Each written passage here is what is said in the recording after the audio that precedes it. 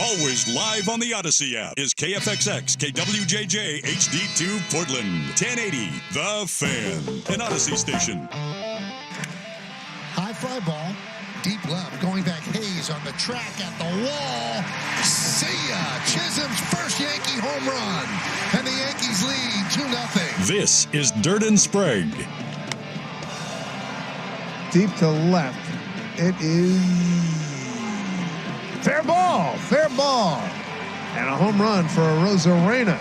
And he gave it a ride. His first home run as a Mariner. With Andy Dirt Johnson and Brandon Sprague. Ionescu, Thomas, Young, Griner. Everybody getting in touch on this possession, including Plum. Now Ionescu is open for three. Dirt and Sprague on 1080 The Fan. All right, 6:02 in the Rose City. Time for Dirt and Sprague on Portland Sports Leader 1080 The Fan.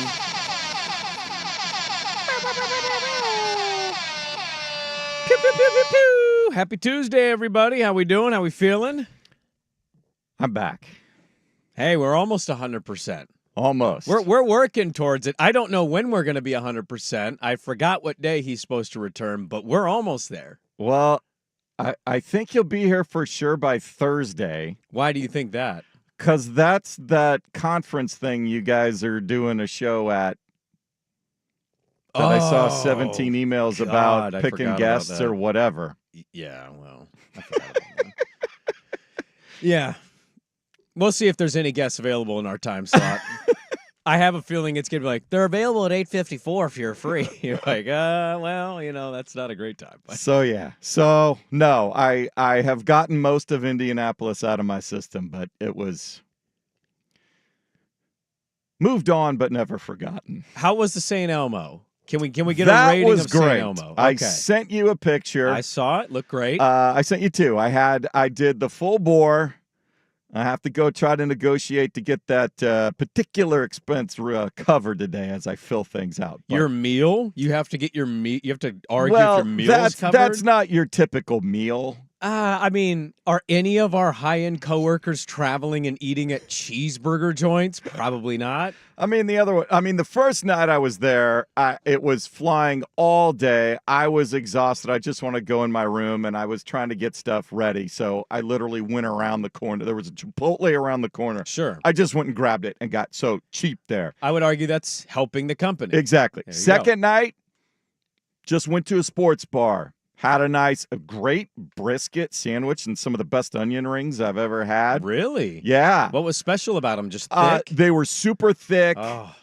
They were served like immediately from the fryer to a plate right in front of me. Oh, it's perfect. So I almost burned my tongue taking that first bite with a little hot oil popping.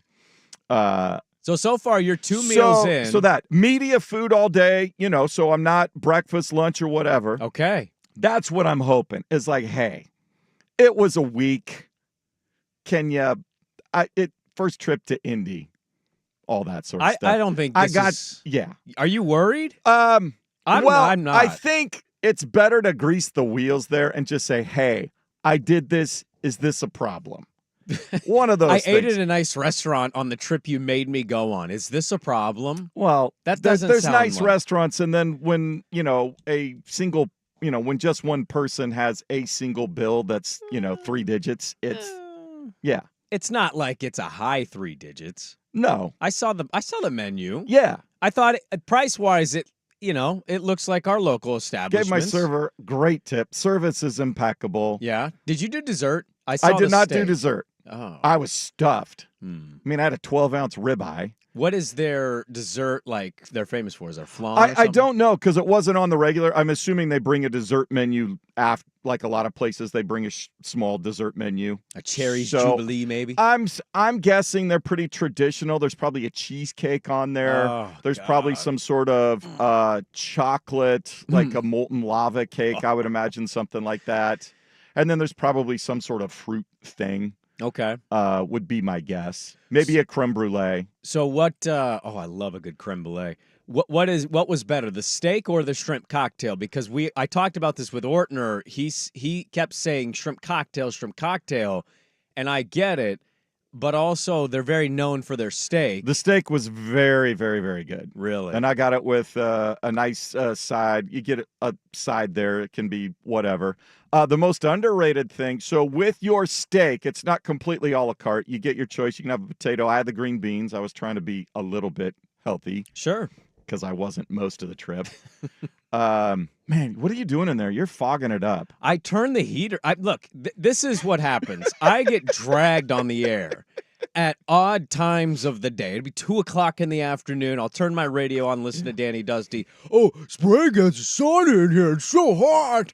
And I'll hear Primetime complain about it once in a while. Not as much with them. We don't turn it up to over 70. It's usually 68, 69. Swag, I come in here every morning. Yeah. I'm 99.9% of the time here first.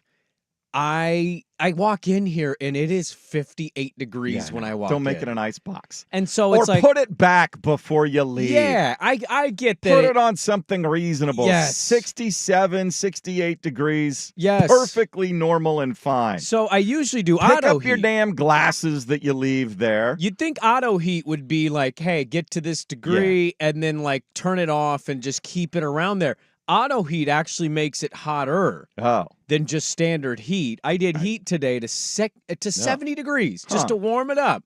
And I already can't see you. It looks like the car in the Titanic that we're making love in. I know. I just need you to put your hand on the window. Where was? Oh, St. Elmo. No, so you also get a choice of soup, and they had that night lobster bisque. Ooh, I don't like lobster, but oh my goodness, yeah. it was luxurious. Was it? Yes. God, you are disappearing by the second. Wow. All I'm seeing Let me is see if something's kicked in. Maybe there's Otto over here. No, it's me. It's definitely me because I had to wipe the glass. Well, with my no, Kim this is Jong-un starting to look pillow. like it might be on my side too. I don't know. Yeah, and if Ortner keeps it as an ice box, I think everybody else keeps it as an ice box. Yeah. Sukanik's not a small man. No. We know Marangutang's not a small man. No. He's the one that complains the most. God. He's like, "What? How hot do you need it?" And I'm like, "Dude, it was 67 when I left. Is that hot?" Like, I get that some people run warm. 67's not hot. Yeah. I think that's actually a pretty perfect temperature. It's about as low as I'm willing to go for 3 hours, but I'm already now having to do the cool down because you look like you're in an ocean fog for me. All I can see is your red light. Kidding. Now. Well, I'll have to see if something kicked on over on this side. So St. Elmo's was good. St. Elmo. St. Elmo, thank you. Yes, no apostrophe. The shrimp cocktail, okay. The shrimp cocktail was good, but don't kid yourself. Like, I knew what to expect. I mean, it comes with a heaping serving of that cocktail sauce, which isn't what you think it is. It's not a spicy one? It's mega spicy. It is straight grated horseradish with like a squeeze of fresh tomato. Isn't that what you want, though, in a cocktail sauce? If you're not prepared for it, look, it's an enema for the nose, quite frankly. Yeah, clearing you out. So I knew to brush a little off. I didn't need like full on that. And I like horseradish. I'm not afraid of horseradish, but it was powerful. American wasabi, that horseradish. But yeah, the steak was great. That lobster bisque was fantastic. Yeah. Solid cocktail from the bar. Yeah. So yeah, all around did not disappoint. I think if you told anybody in this building, anybody, our boss's boss, our boss, whoever, I think if you told them, hey, they're going to go to Indy for 3 days and they're going to have one meal the whole time, just one, that is going to be triple digits, I think they would tell you thank you. So I'll be surprised to see how this goes for you because eating at Chipotle and then going to a sports bar for a standard onion ring brisket sandwich. And then I grabbed, the most egregious thing was the damn $23 sandwich I grabbed at the airport on my way flying home. Well, you could also... That was ridiculous. I mean, look, when you're sent on trips like this, you very well have a right. I think you could have gone out for breakfast one of the days. You didn't. You took the media meal. So I think you helped the company a lot despite having one meal that cost a couple pennies. Well, we're hoping that that's the case. But again, this is one that's better to, alert people. It's like, hey, I did this. Is this going to be a problem? No, you deserve it. Great. Thank you. Here you know what's go. funny? Dirt and I, when we went to Media Day in L.A. 3 years ago. Oh, I heard about that. You did? Yeah. What do you mean you heard about it? What does that mean? Your big meal? Well, the first night we got there, we hadn't eaten. We had traveled. We got to our hotel. There was where the hotel was for Media Day. There was like, I can't remember what was around it, but I remember 7-Eleven was like the second best option. And so we were like, should we do this or we just eat at the hotel? So we just went in and we're like, you know what? They sent us here. We're probably going to get a free lunch at the Media Day stuff. There's also breakfast. So we're like, all right, we'll get one meal. So we sat down at the hotel, and it was, something similar. It wasn't quite triple digits, but it was a steak dinner. What do you want? Like, if you're not going to be pro steak dinner, then don't send people on trips. I mean, come on, it's one meal. It was one meal. Yeah. Now, did we have one extra cocktail? Maybe we did. Maybe we did. We sorted that out with the accounting department, though. We got that figured out. Yeah, no, I heard about that. I love that you heard about that. As if Isaac and Suk, who have gone to all of those for years, weren't going and eating at places like that. I thought you did a great job. Thank you. I was contemplating my lot in life after day one. Huge thank yous to a couple people I want to thank specifically. Yogi Roth. Oh, yeah. Was absolutely outstanding, helping introduce me to other people and people with the Big Ten. He could not have been more gracious. I'd love to get him on. I don't know what his schedule is like, but Yogi, now that we're in Big Ten country here, I'd love to get Yogi on more regularly. He would, I think, barring his schedule, but I know he's on the call for the Ducks' first game on the Big Ten Network against Idaho. That's what he was saying. He'll be up here. He's got his own, I think it's a Substack he's doing, the Y Option. Oh, okay. He'd love to plug that too. Hell yeah. Bill Oram could not have been better. He came on both shows. He was the only guest to appear 2 days on both shows. Bill Oram's a good dude, man. And he was a great dude. Yeah. Was that your first time meeting him face to face? Yeah. It was the same thing for a lot of times. Heather Dinich could not have been more just down to earth, easygoing, gracious with her time and understanding. I know you don't like to get into awkward territory the way I do, but like, did you mention anything of like, hey, we've been trying for like a year? Yeah, we did. And no, she was great. She's like, well, and I said, here's the person that used to do it. And she said, no, there's a different person now. And, that was nice of them to tell us. And so she's like, yeah, I understand. It's pretty I think it got crazy after all of those layoffs. It wasn't just on-air talent. A lot of the behind-the-scenes, operation stuff got moved around and redone. You met Rittenberg in person. You so got to meet Rittenberg Pate was in great. Person. Yep. Yeah. It was good to finally, I've been texting, calling, emailing these people for at least a decade. So yeah, nice to put a name to a face, let them see me. And yes, I'm a real person. I'm not an AI bot. No, you did. I thought you did a great job. Well, thank you. I felt like once I figured out how things actually operated, we put some shows together for days 2 and 3. Yeah, day 1 was a little odd, just in the sense of like, I think the only thing we got that day was Yogi, because you were coordinating with these schools, and these schools weren't largely getting back. I think we only ended up with 2 coach interviews the whole time. I think it was Rule and Lanning. And PJ Fleck. Don't forget PJ Fleck. Yeah, you're right. Might have been the best interview of the whole thing. I really enjoyed talking to Lanning, but I've never met him or talked to him before, so he wasn't going to give me the McAfee quotes. I thought it was a fine interview. Fleck was amazing. Yeah. Fleck was... The only thing he didn't do is I did ask a recruiting question, and then he later on, like, that day ended up saying on one of the national outlets, like, hey, pretty soon it's just going to be buying players instead of recruiting them. And I'm like, where was that quote on our show? But Fleck was really good. Me and Ortner were surprised how much he kind of motivated us and got us kind of pumped up for football season. But you did a great job. I was watching the media days after I'd be done with the show, I'd go home. And I'd watch it in the garage during a workout, and I'm like, oh, yeah, that's exactly the circus it sounds like from what Swag was saying, because you watch in the background of the Big Ten Network, and you just see a million people crossing over from the 20 to the 50 to the 40 and just going back and forth, running people all over the place. And I'm like, it looks like a zoo out there. Yeah. It was a different challenge, maybe one of the biggest challenges I've had in 20 years here. Yeah. And just feeling like, Yeah, I felt like the giant duck in the river there, just paddling around trying to. Did you see it in person? I never saw it, Ah, so I wasn't sure where it was. I got to the facility a little after, probably 8:15, 8:20 a.m. local time every day, and then I left. Other than the last day, I had to leave a little early to catch my flight, but then I would leave between 5:30 and 6 p.m. local time. Well, good job, man. It's good to have you back in the saddle. I am glad to be back. I'm ready to hunker down, although I do have the big Hawaii trip coming up in a couple of weeks with Paxton. But I'm gone soon. That's rapidly approaching, as is Hood to Coast, so I need to keep my training going. We've got a lot to get to today. We have two guests. Excellent. Thank you. 7 a.m., Anthony Dasher covers Georgia football for UGA Between Sports. the Hedges. Yep, we're going to go between the hedges to Athens and talk about their interesting offseason. Yeah. A lot of hype and expectation with a good team mixed with off-the-field problems. Turning into the next Florida Gators there? What are we doing? A little Miami, Florida vibe to them. We'll talk with Anthony Dasher about that. And then also just talk a little general SEC. They had their media day 2 weeks ago, so we'll talk SEC. Who is the biggest threat to Georgia? I'd be curious to pick his brain on that. So we'll talk with Anthony Dasher at 7.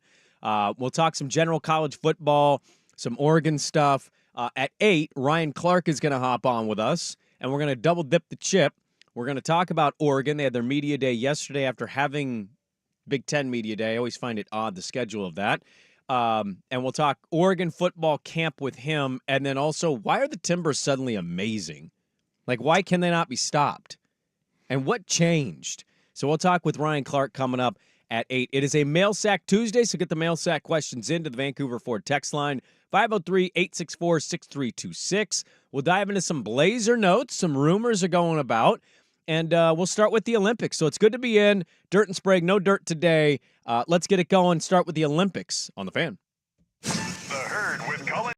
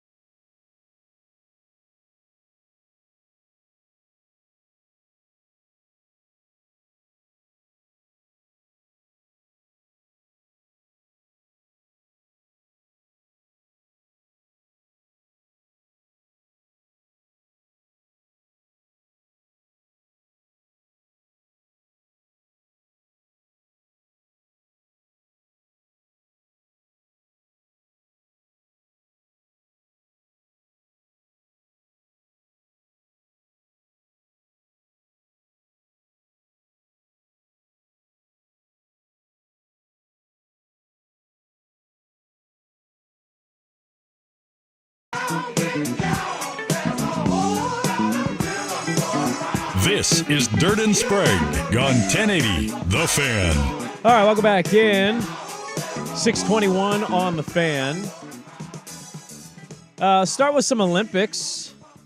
Man, the beach volleyball setup is pretty sweet in front of the Eiffel Tower. Yeah, that's got to be a cool thing. That might be one Your of the... boy Chase Budinger. I know. Look at that.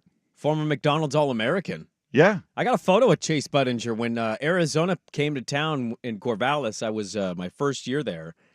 A buddy of mine was obsessed with high school basketball recruits. And Chase Budinger was one of the best players in the country. He won the co-MVP of the McDonald's All-American game. And we went to the Oregon State, Arizona game. And my buddy was like, hey, I'm going to go try to get Chase Budinger's autograph. And I was like, oh, really? And so I went with him in the back of Gill, and I got a photo next to Chase Budinger. Former basketball great, now beach volleyball legend. How about that, huh? That was pretty cool watching the NBA players dap him up, too, because KD played in that All-American game with him. Bron obviously was familiar with Chase Budinger for years. But, yeah, they've advanced in the beach volleyball. I'm watching it right now, the two-man volleyball, and it's USA versus, I don't know. I think that's Morocco, but I'm not positive. It's M-A-R. I thought Morocco was an M-O-R. But whatever, but they're up 1-0. I think by the flag, I don't know. I can't see the flag well enough from here. I can just see our stars and stripes. But, yeah, medal count, we're winning. We're winning the medal count, but we're not hauling in the golds the way other countries are. That's okay. Did you see the Ryan Murphy, the backstroke, the 100-meter backstroke? Boy, talk about suspense. That guy had it sealed, and then he just finished third at the last second. Felt bad for him. I always feel bad for the athletes who work their tails off, get to that point. And Ryan Murphy's a pretty well-accomplished Olympian, but just brutal that he was that close to winning gold. I've been watching a lot of this Olympic stuff, man. It's been great. Yeah, I mean, there's a lot of live things, obviously, when we're up.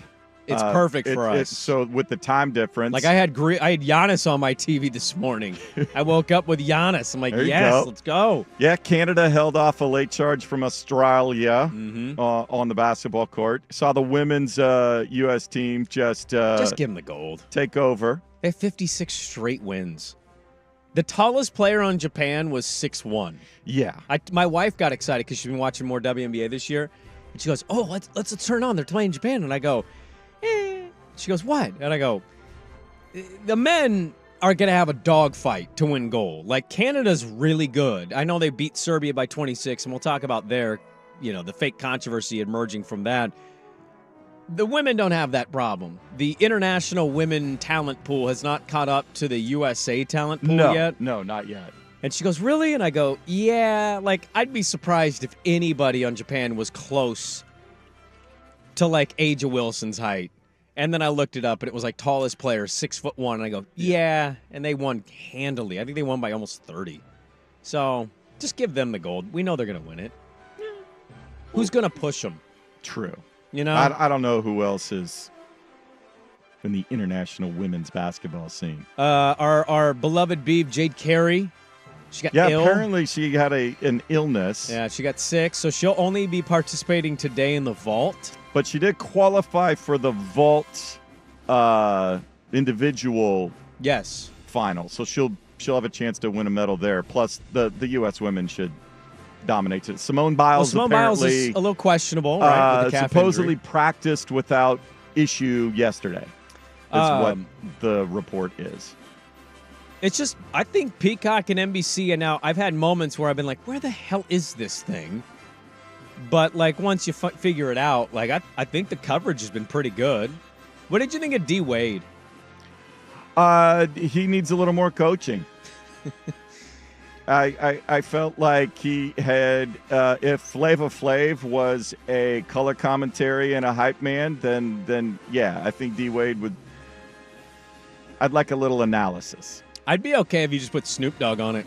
Might as well. He's already the face of the Olympics. I might get more analysis with Snoop Dogg. I might not understand it, but I might get more analysis. If I get a what up nephew during an alley-oop, I'm happy as a clam. The one thing about D. Wade, I was curious when they made that decision to go D. Wade. You say something once, it can be a cool line. The whole, and his pronouns are he, him. that he dropped 3 different times in that game against Serbia, I'm like, all right, you're kind of abusing this now. You're going Mark Jackson, hand down, man down thing too many times in a game for my liking. So I'm kind of with you. Like the D-Wade thing, Noah Eagle is outstanding, but D-Wade, maybe he'll get better. Noah's not. I think Noah's still young, and he's not going to be doing that. I mean, he's having fun with D-Wade. What is Noah Eagle, 25 years old? Maybe 27. Like Schultz's nepotism thing about Bronny. I'm like, Noah Eagle basically got out of college and got an NBA job. That doesn't just happen. But he's also outstanding at what he does. He's got great pipes. My wife was like, how old is that guy? Yeah, I know. And I'm like, well, he sounds like he's 49, but he's like 25 years old. So Olympic coverage stuff, when does the track and field stuff really get going? So the big ones that they spread out is, so swimming goes first. Yeah. And then when swimming is done, track and field then takes over, and track and field sort of finishes things. Yeah. The sprint relays are the last competitions. So you have that. You have the basketball gold medal games are on the last day. I think the soccer gold medal games are on the final weekend. Have you seen this rugby gal, by the way? Yeah. She's all business. Is it Maher? Something like that. Good Lord. She's 5'10", 200 pounds, just a brick. And she's just stiff-arming all of these international players. USA Women Rugby, I didn't think I'd have any interest or know anything about it. And here I am. I'm like, yo, when does she play? It feels like she needs to be on the NFL Red Zone. She's just trucking gals. Yeah. Well, you do know your boy Scott Hansen. Have you checked that channel out? I have, yeah. Yep. The Gold Zone. The Gold Zone. Him and Siciliano. Look at them working together for it. Wonder Twin Powers activate. Man, no kidding. I think the coverage has been good. There was a thing going around about the opening ceremonies because they had a headless queen and they did like a whole big French thing. And people were, of course, striking to culture war and, oh, it's so offensive. And I'm like, the ratings say that you guys are all just making things up on the internet to be angry. Yeah. Which isn't shocking in our society nowadays, but, I think they should. Like, I heard McAfee. I was surprised McAfee went there. Maybe we should just stick to sports. And I'm like, really?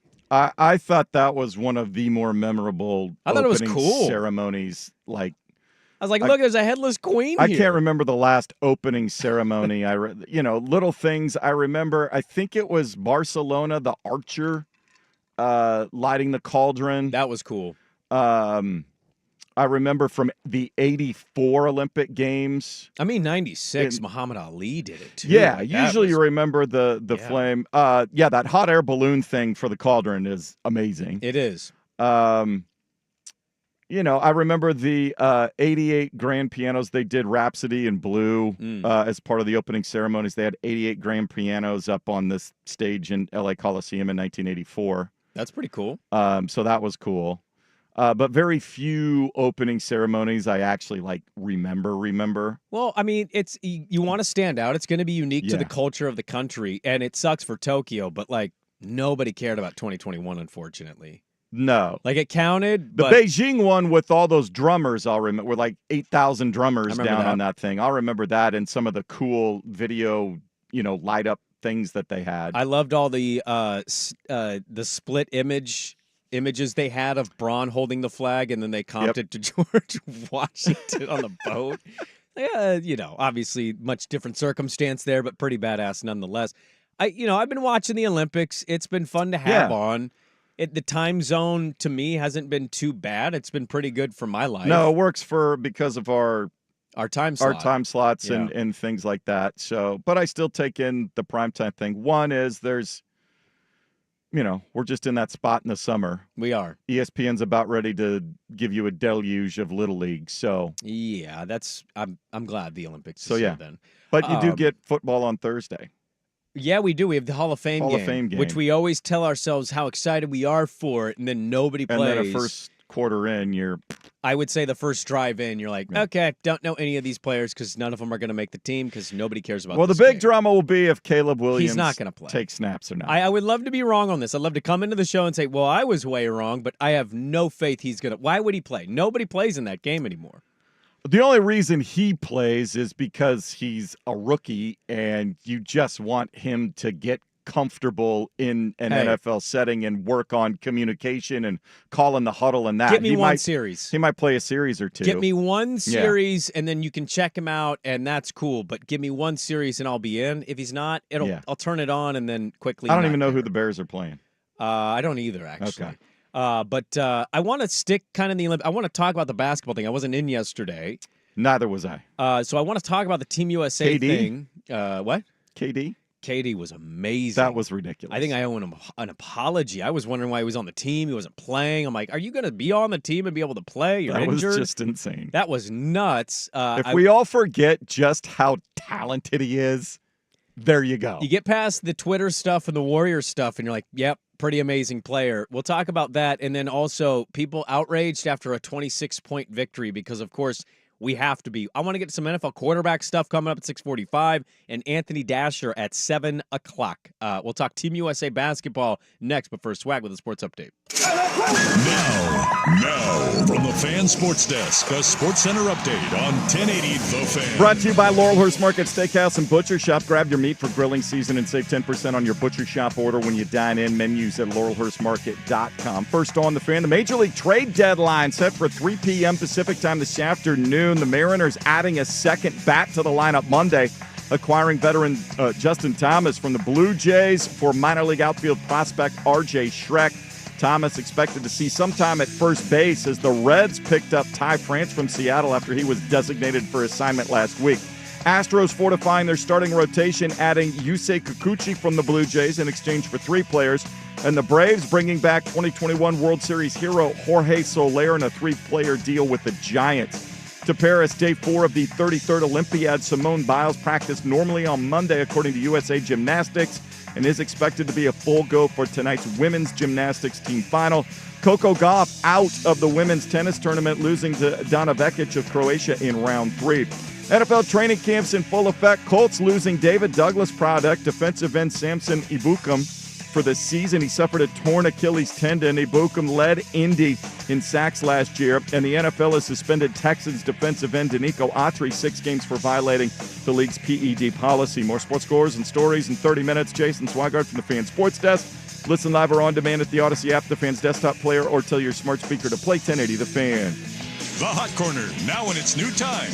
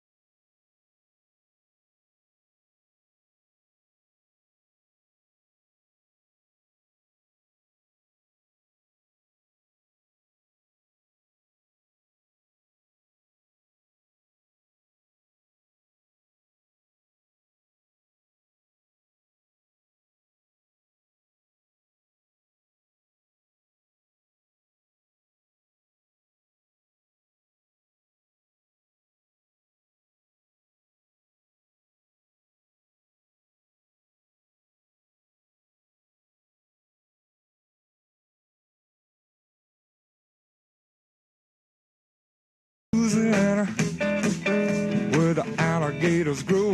is Dirt and Sprague on 1080 The Fan. My apologies here. Mike asking, what about Southwest Washington's very own Jordan Childs as well on the Olympic team? You're right. They did not bring her up. Yeah, I don't know why they do that only 2 all-around entrants per country thing. I don't either. I don't understand any of it. I only know about it when it's happening. I know. It's one of those things, man. That's what's great about the Olympics. We'll go around to some NFL camps. I want to talk about the old Dan Lanner. He had his he had a media day yesterday. Yeah. Something about Dan Lanning from Big Ten Media Day and yesterday's Oregon Media Day. We'll talk with Ryan Clark at 8. It is a Mail Sack Tuesday. I just like to remind people. We'll try to get to that at 8:15-ish. See how long we go with Ryan Clark. So any and all Mail Sack questions are welcome to the Vancouver Ford text line, 503-864-6326. They shoot you right before, during, and after the sale. Again, 8:15. You can put them in the YouTube chats if you're hanging out with us on YouTube today. Twitter, whatever. You can throw them up there. Get to some quarterback stuff here in a few minutes, but I want to talk about the Team USA. They got their first win of the Olympics against Serbia, and I sprayed the line on Serbia plus 12.5. I thought USA had smacked them in the friendly. Yeah. Serbia is one of the better international teams. Jokic is there. And so I took Serbia plus 12.5. And the start of that, I was like, hey, this could be a dogfight. And Kevin Durant checked in. And then Kevin Durant checked in, yes. And then LeBron continues to play like he's 27. Yeah. And that's it. That was all they needed. Kevin Durant was 8 for 8. He had 20-plus first-half points. You know, in his career, he's never had a first half where he scored that many points in the first half. I saw that stat, and I went, there's no way that's true. So I'm going to choose to believe it. But he was amazing, could not miss from the field. And after they got Joel Embiid out of the game because he was a minus 30, and I think they were a plus 34 without him. Something like that.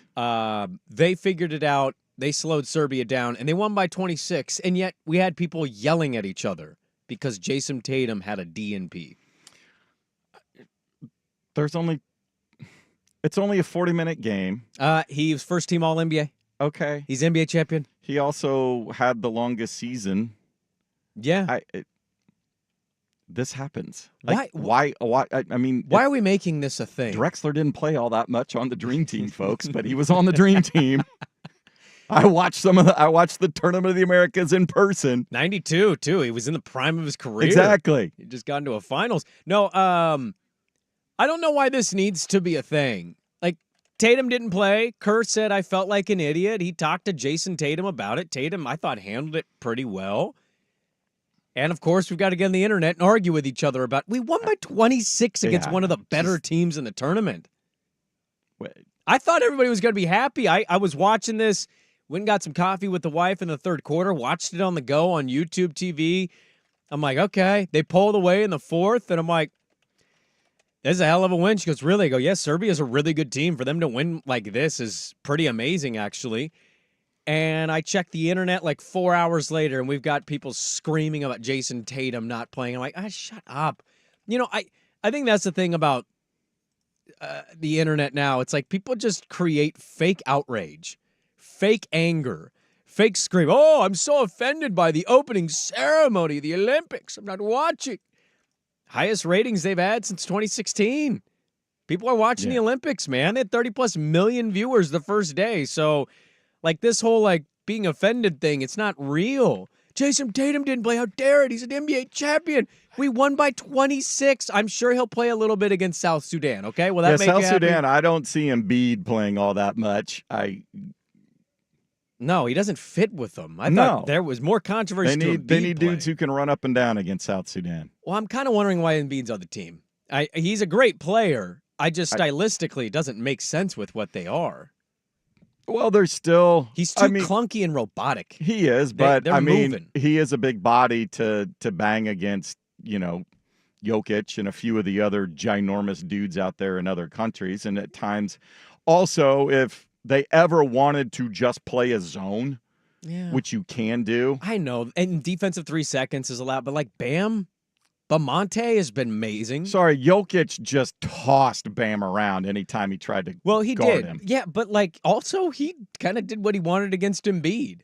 Embiid's a bigger body for sure, but I just look, they clearly have agreed with Joel Embiid on something because they're starting him. Yeah. Anthony well, Davis you have and to Bam start him. work Once you better. get him warmed up, you have to start him. You don't want to bring him off the bench. I get that. And an Olympic team, it's good to have one of everything because you never know what. I mean, some other teams that could be one, they've shrunken the tournament. I think there used to be more teams in it. They shrunk it down. So you have to qualify so you don't get the U.S. versus Angola mismatches from back in the Dream Team days. Yeah. That, they want to. I mean, They almost won by 30 against Serbia. I know, That's what's but crazy about it. It was a slow progression out. It was only a 10-point game at halftime or 12 or something like that. No, it was like a 2 or 4 point because Serbia went on a run at the end there. So, yeah, it got away from them. It was a tight contest. It took them a while to blow away, but look, they almost lost to South Sudan as a massive favorite.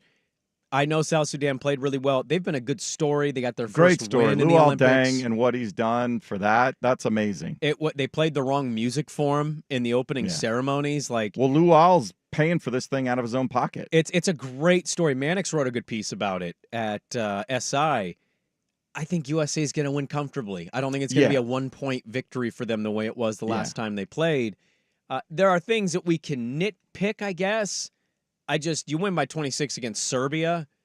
I don't really care who got DMPs. You did the right thing. You played well. The right guys played. Booker finally hit some shots for him. Steph is obviously a huge draw defensively and bringing guys away. Bron's been great. KD was electric. Anthony Edwards, they're doing the right things. We'll see what they do against South Sudan. It's being that head coach is a thankless job. You can't keep everybody happy. The game is shorter. I tend to agree with the thought that did come out of the Tatum stuff, Swag. This is why we should bring back the college slot. Put Cooper Flagg on that team, give him the DMP, and then you don't have NBA guys feeling bad. Yeah. If Tatum even felt bad. And then if things get out of hand, you can put him in, save somebody, get him the experience. Yeah. He'll play against South Sudan. Steve Kerr's already announced that.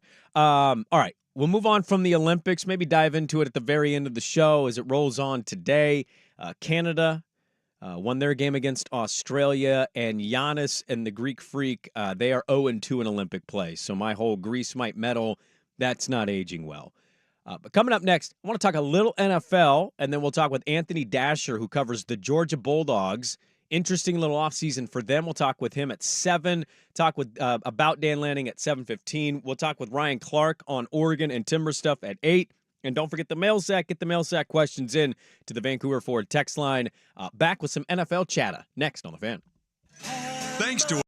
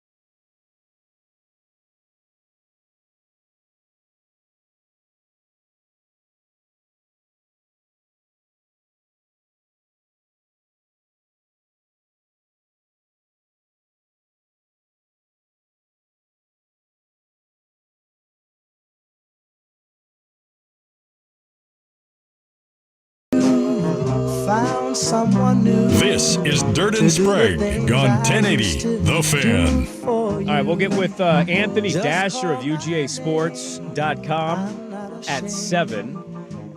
And then Ryan Clark will join us at 8. The mail sack at 8:15. Get the mail sack questions in. Vancouver Ford text line is 503-864-6326. That's how you can reach the show.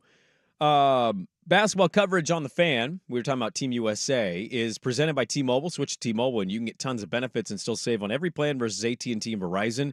Use their savings calculator to find out how at T-Mobile.com/switch. I will save the quarterback stuff. I didn't get to talk about that yesterday, and I got some thoughts I want to share because Friday's show, we were talking about quarterbacks and, hey, man, are these guys going to get paid? What are the Dolphins doing? When the there was Packer freak out. And I remember saying out loud after seeing a clip from somebody saying, just get this done already. I'm like, these are massive contracts. It's a lot to work out. The guarantees, the bonuses, the years, the early averages, the front end, the back end. Like, it's not just, hey, here's the next big deal, sign it. And there you go. Jordan Love signs his deal as well. So we'll talk about that coming up. Before we talk with Anthony Dasher, I wanted to just highlight, yesterday it was delightful.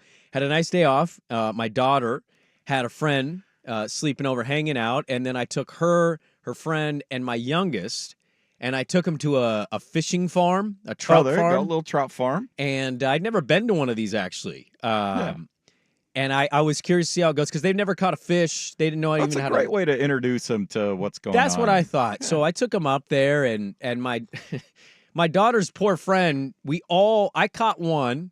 Usually, you're guaranteed to catch fish. I caught one. My oldest caught 3, and my youngest caught 2. My youngest was the first to catch 2 fish, and she caught pretty good-sized ones. It was impressive. She reeled them in. My daughter's friend didn't catch any. We were there for 2.5 hours, and she just kept casting out, and they nibble or they take the bait, and I had to rebait it, and I felt awful for her. But I have lost complete control of my house. Not that I ever had control. I'm out. I want to say traditional sense, outmanned, but like I'm outwomaned. I've got 2 daughters and a wife. So I have almost no say of what happens in my house on a daily basis. I never thought I'd be this guy. And I didn't really have any interest in ever being this guy. To speak of how disadvantaged in my house I am, I now have a bearded dragon in my bedroom. Okay. Yeah, that happened. Life size? What are we? Oh, no, it's a real one. Yeah, there's, I took my daughter to Petco. We had to get something. She wanted to browse and look at animals. How secure is the cage, the aquarium? It's good. Okay. It's a good cage, good safe cage. Not that those things are all that dangerous. It's just not something you want to come home and don't see it in the cage because it has a tendency to surprise you coming out of somewhere. Well, I'm not a lizard guy. I'm not a reptile lizard guy. I had a roommate in the fraternity my sophomore year that had an iguana. Yeah, those creep me out. They're too big. Oh. They're a little too big. Their claws are massive. They're mini Godzillas. Anyways, never really been interested. My daughter's enamored with this bearded dragon. Please, please, please. So, eventually it gets to talking, and I'm kind like, of expensive. Well, it wasn't cheap, but it wasn't too expensive. I would say everything else was expensive. Well, yeah, then you got the cage and the heating heat lamp and the crickets and all that. So she ends up winning because my wife also secretly has wanted a bearded dragon her whole life.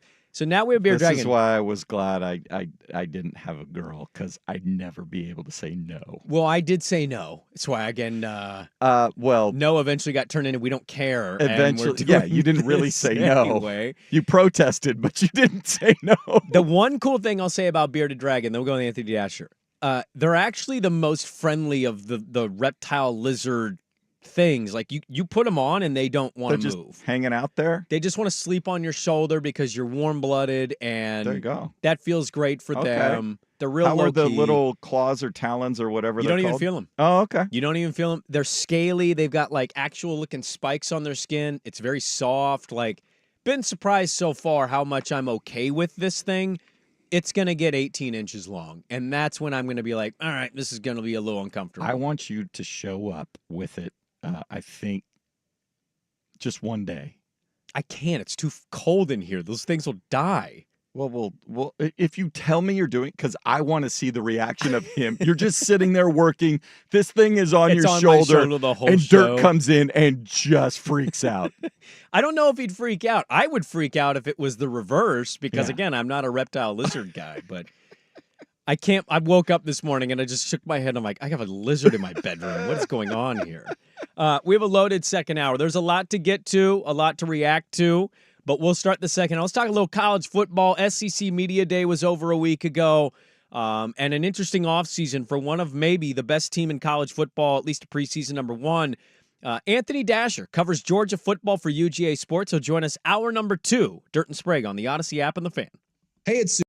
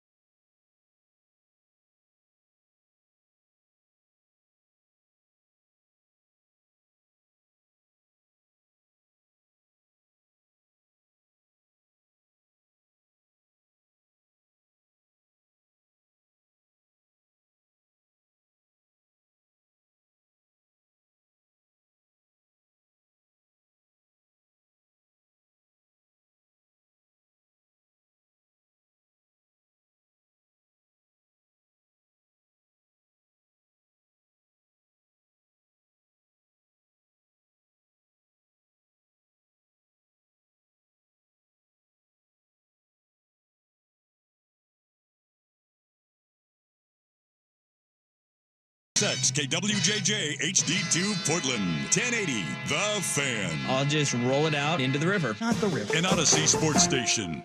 Now, from the Fan Sports Desk, a Sports Center update on 1080 The Fan. First on the Fan, do the Mariners have any more moves to make before the Major League trade deadline hits at 3 p.m. Pacific time today after they added a veteran bat, Justin Thomas, from the Blue Jays? This after they picked up Randy Arozarena from the Rays earlier. They send back to Toronto outfield prospect R.J. Schreck. Thomas expected to see some time at first base as the Reds picked up Ty France from Seattle after he was designated for assignment. The Astros fortifying their starting rotation, adding Yusei Kikuchi from the Blue Jays in exchange for 3 players. And the Braves bring back 2021 World Series hero Jorge Soler in a 3-player deal with the Giants. To Paris, games of the 33rd Olympiad men's basketball pool play continuing this morning. Spain an 84-77 winner over Greece despite 27 points and 11 rebounds from Giannis Antetokounmpo. Greece looking in danger of not advancing to the knockout round. Canada holding off Australia 93-83. RJ Barrett led the way with 24 points. More sports scores and stories in 30 minutes. Jason Swigard from the Fan Sports Desk. Listen live or on demand at the Odyssey app, the Fan's desktop player, or tell your smart speaker to play 1080 The Fan. The Fan Merch Locker has new shirts from the fan shows and hosts you love. Get yours now at 1080thefan.com.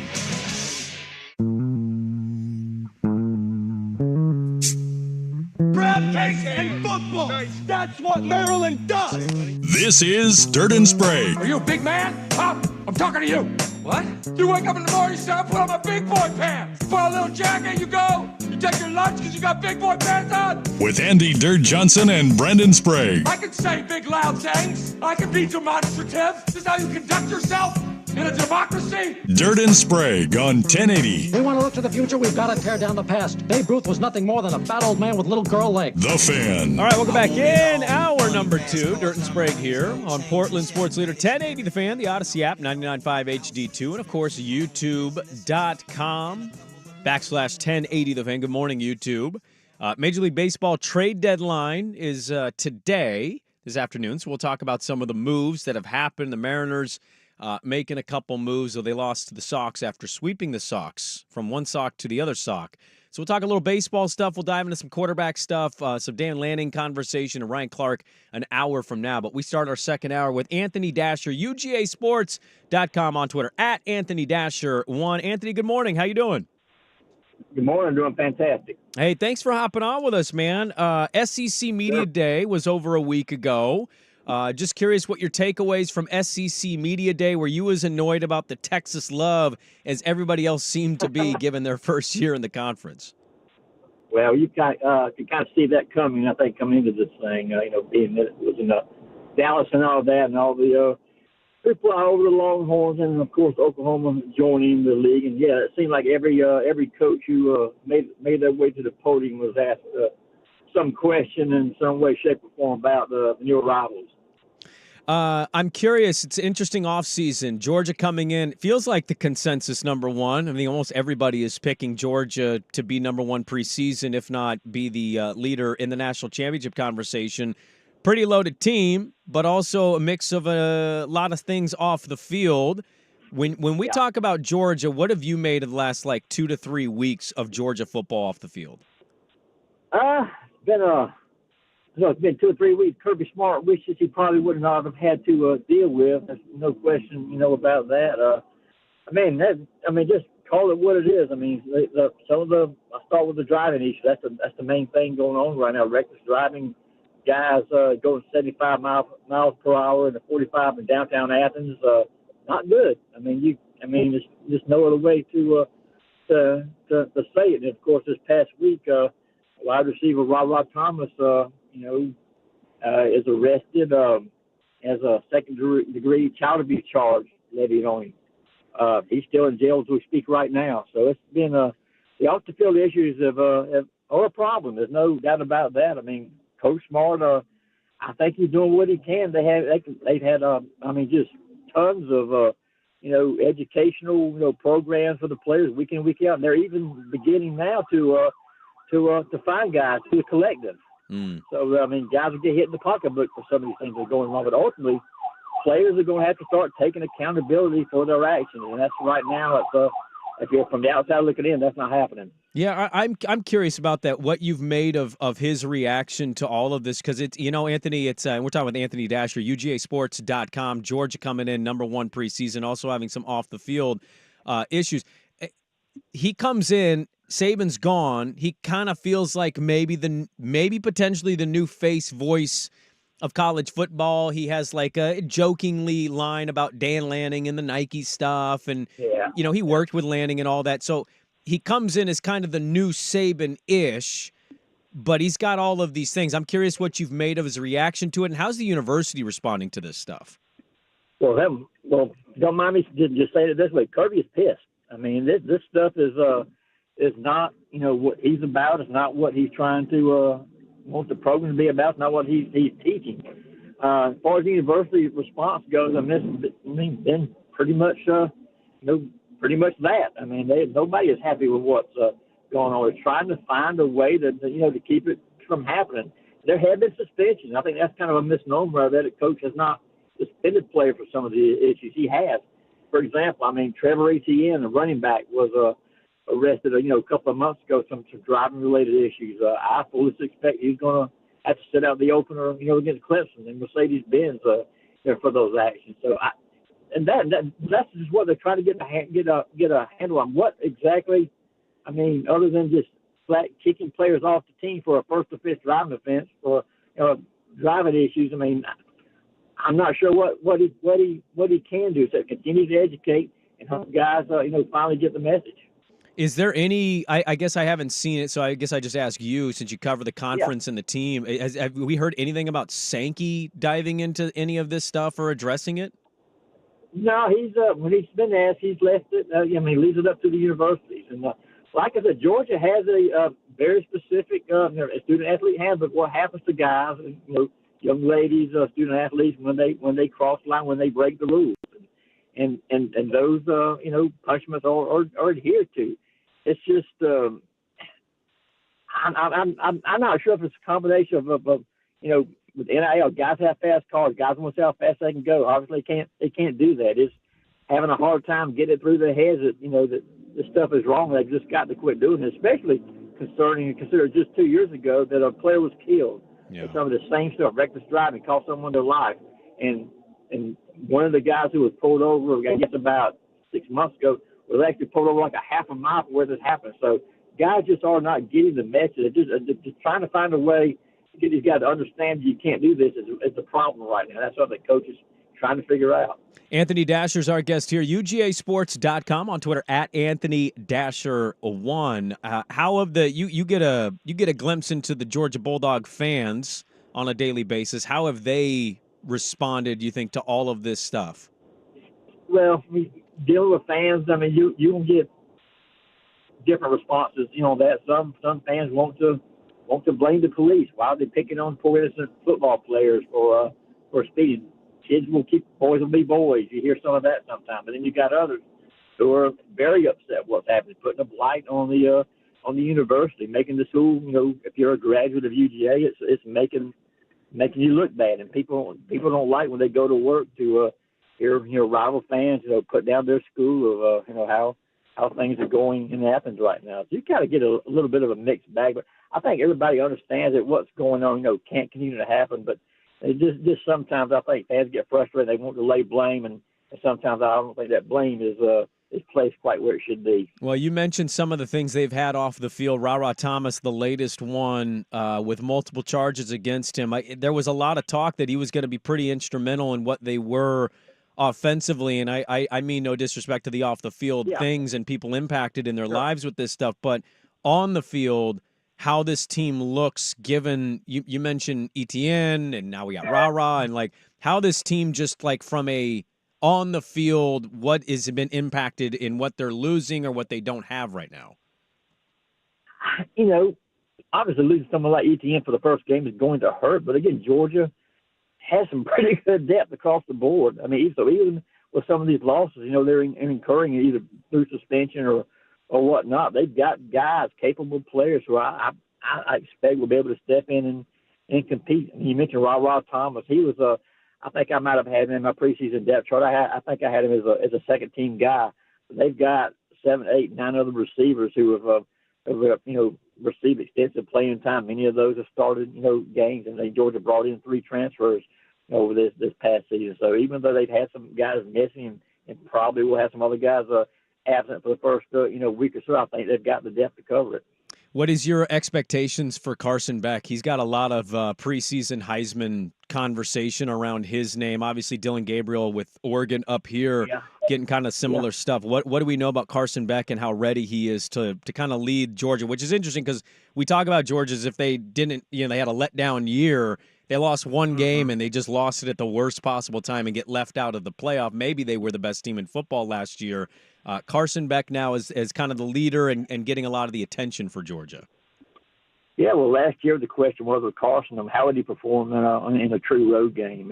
He didn't play a true road game last year until he went down to Auburn and won that one. This year, it's the question is, can he do it again? Can he be better? And just everything, in talking to people within the program, talking to Carson himself, talking to Carson's teammates, he's taking it that next step to to borrow a cliche, right there. And Carson, I think, with the weapons around him, has a chance to be, I think, more effective than last season. Even losing a guy like Brock Bowers, who was best tight end I've ever seen in 20+ years of covering the program. But they added a guy like Benjamin Urasek, who was at Stanford, the past 4 seasons. He's going to come in and make a big contribution. So they've got, again, plenty of weapons. Carson, I think, with his experience, he's a very level-headed guy. I'm expecting a big year from him, and whatever success Georgia has this year is going to depend on him. What team in the SEC would scare Georgia the most? Not that Georgia's going to be scared per se, but what team maybe has the best challenge or ability to push Georgia off of the SEC mantle? Well, I'm obviously Alabama. I mean, I think, even though they have the coaching change with Kellen DeBoer, that's going to be a tough game in Tuscaloosa. But I think the one game that everybody's kind of really got their eye on is that game in October at Texas. First time going also for Georgia to play a game. Tremendous hype around that one. Coach O'Keefe has another great, I think, team again this year, and that's going to be a crazy environment, and that's going to be one I think that if Georgia can get by that one, then I'll probably say yeah, and then kind of mark them down maybe for a national championship run. Anthony, we appreciate the time. I'll get you out of here with this one, man, because I know you're super busy. If they have one more incident, I'm just curious, is there a threshold here for the university with Kirby and potentially maybe getting suspended or getting in trouble in any way? Because it's one thing to not have you can't control what guys do in cars for sure. It seems to be happening to them the most of all the programs in college football. And so I'm curious, is there a point for the university where they have to step in with Kirby Smart here?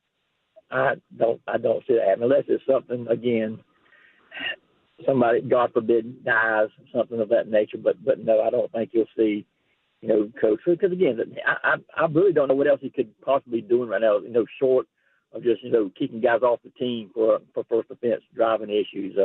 Again, let me be perfectly clear. I'm certainly not condoning what's happening. Kirby is not condoning what's happening, with the team. They just got to find some answer. But no, I don't think he's in any kind of a danger of being censored, anything of that kind.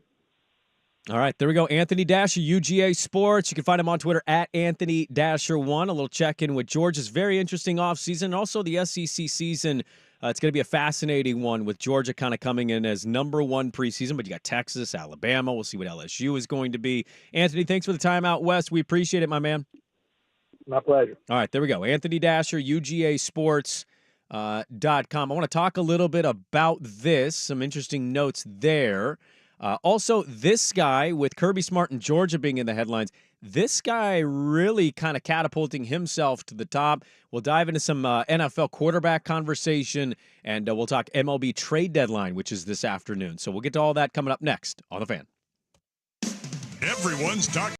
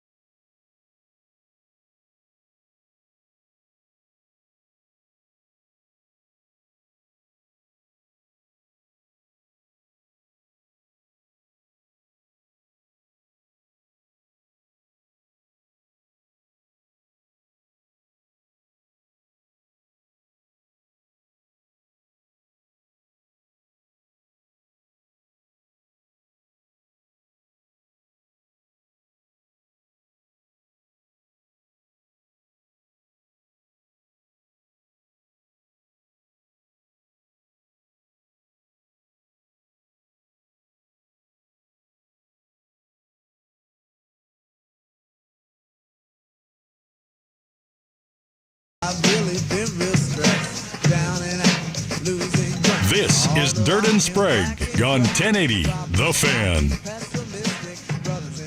All right, we got a lot more to get into today. Get to the MLB trade deadline. My team's looking to bring back 2021 mojo. Not really sure that's the way to go, but you know what? They've been pretty good, so I'll roll with it. They lost to the Brewers yesterday. Phillies got shelled by the Yankees. Chisholm. Yeah. Welcome to New York. Judge third base. Judge has 39 dingers. Judge is going to hit 60. 99 RBI. Unbelievable. He's got 2 more days to get 100 before August starts. I did my gambling show with Ortner on Sunday, and we talked a little baseball on it, and he was like, "Can you really trust Aaron Judge?" And I went, "That's like one of the only things I can trust on that team." Yeah, it's making sure everybody around him is enough of a threat they don't start walking him every time. That's what you got to do. Yeah, that's what Chisholm's there for. He is unbelievable. Put somebody on base in front of him. God, he had a home run yesterday. It was just like Michael Kay didn't want to do it, but it was just like a no-brainer. It's gone. Like you almost didn't even. He built up to it, and it's going back. Like nope, that's gone. As soon as he hits it.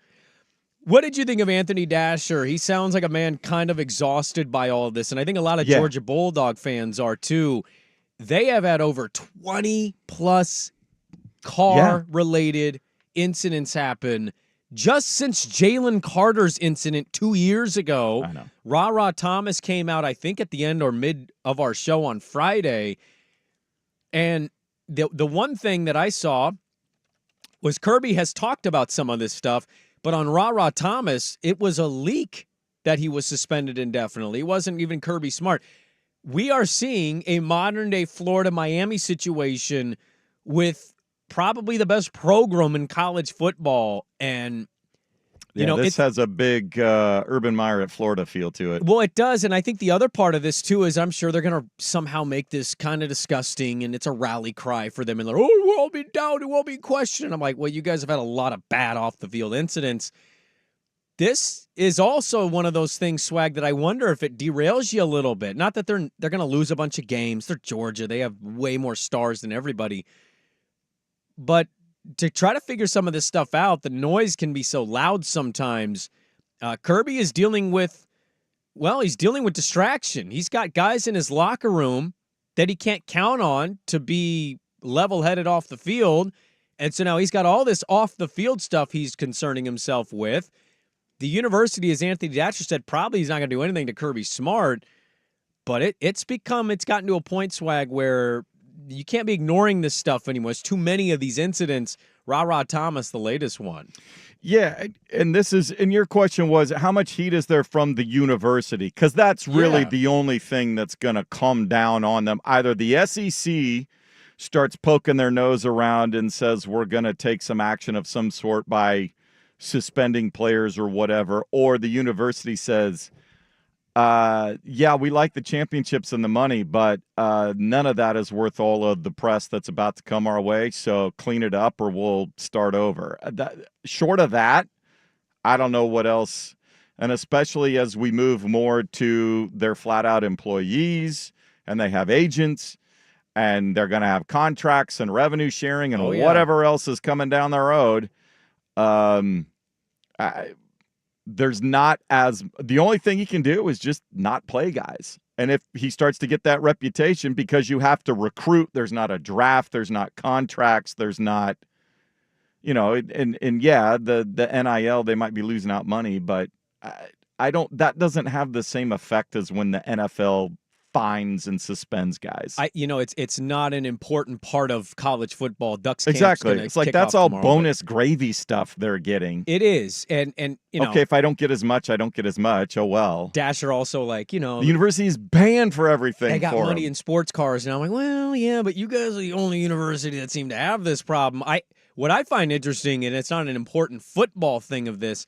It's a real interesting time with coaches who are being open and honest, right? We got Prime. Matt Rule's pretty cool. Dan Lanning is having himself a moment here going into this season. Their consensus top 5 consensus maybe the second or third pick team to win the Big Ten. Some people might have him winning the conference.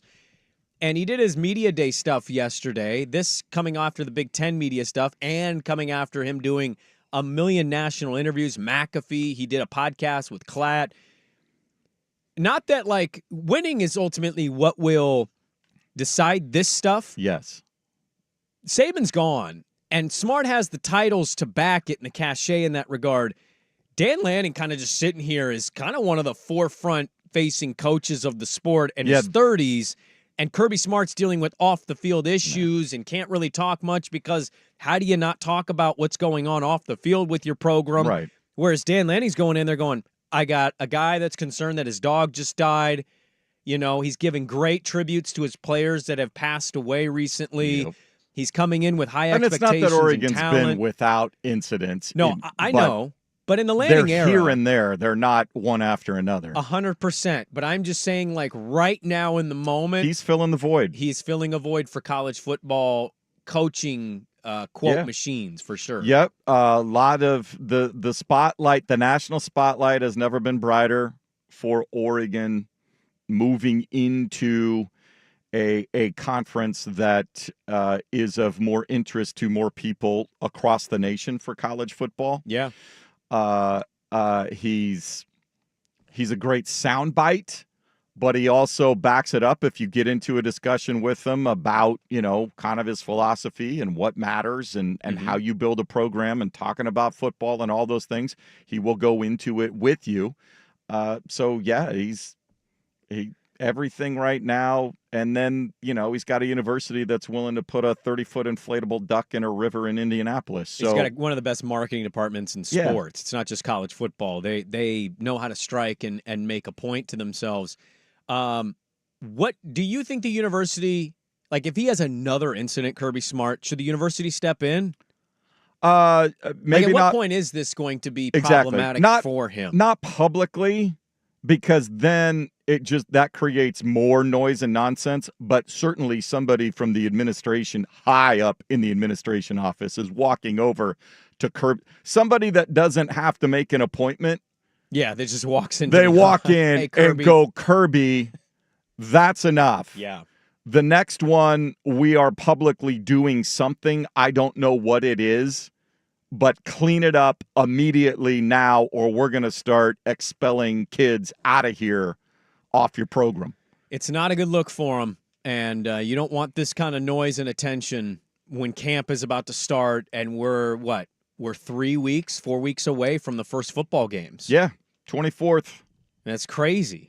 Football is here. The season's about to start. Fall camps are opening up, and Georgia continues to deal.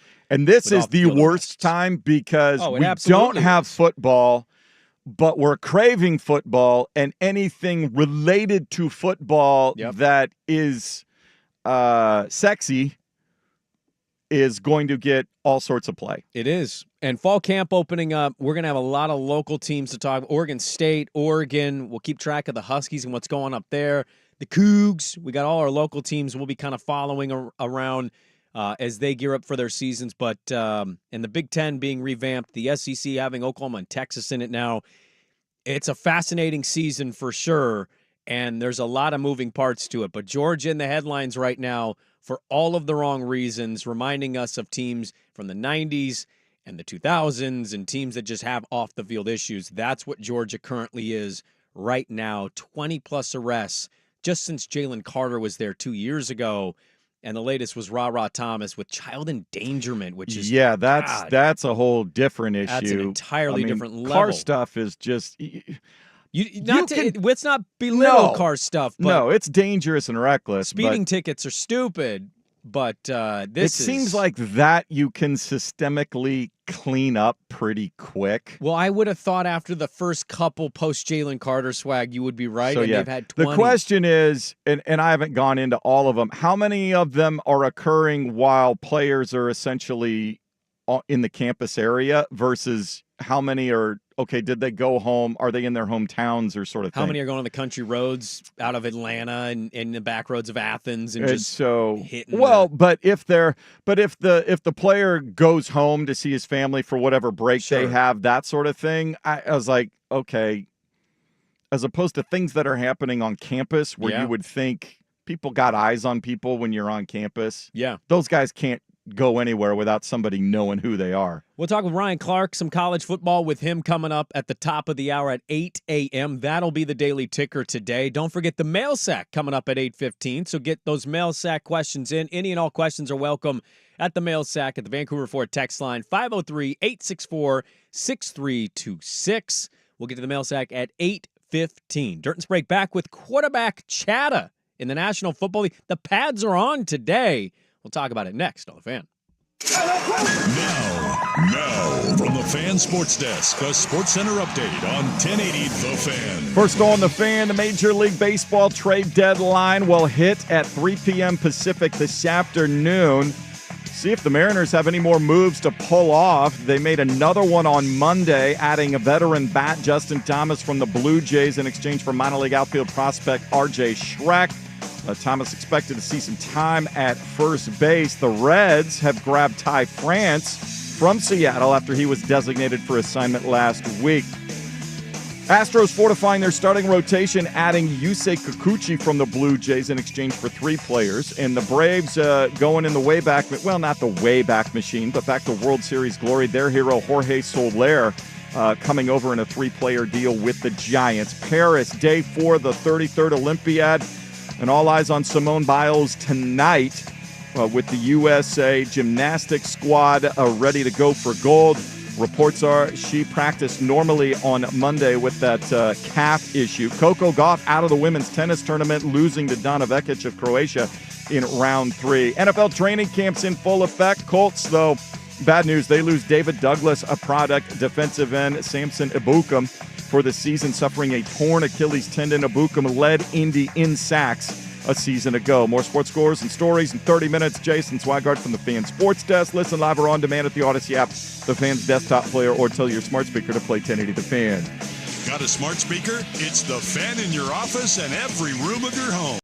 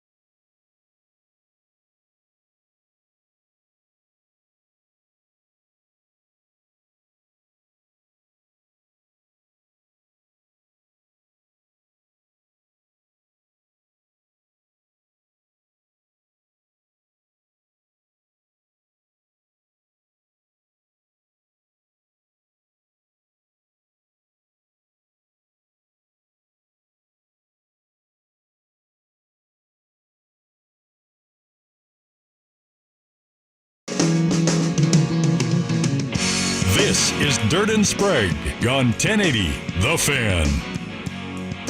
All right, we'll get to the mail sack at 8:15. Ryan Clark will join us, OregonLive.com. We'll double dip our chip.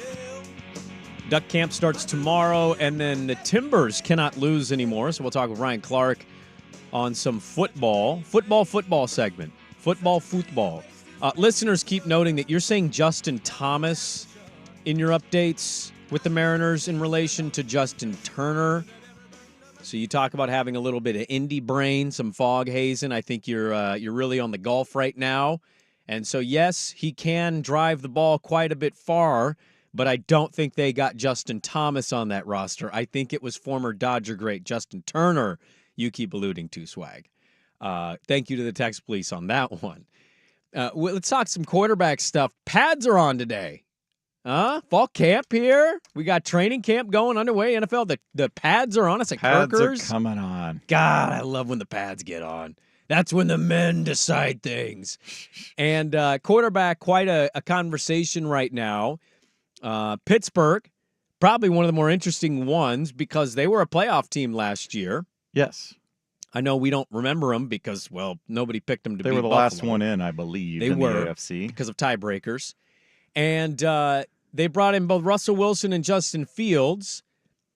Now, they've named Russ the starter going in, but he's been hurt lately, and so Fields is getting a lot of the one action. I saw one of the ESPN reporters this morning say basically hasn't really done enough to prove he should get the job, but he's healthy and he's playing. We'll see what happens here. I still maintain Russ probably starts, but Fields by like week 5 just ends up getting the go. And I don't know if Tomlin, I'm trying to think back when they were in between. I mean, he had Roethlisberger for so long. They've struggled post Roethlisberger. Has he been inclined to use two quarterbacks?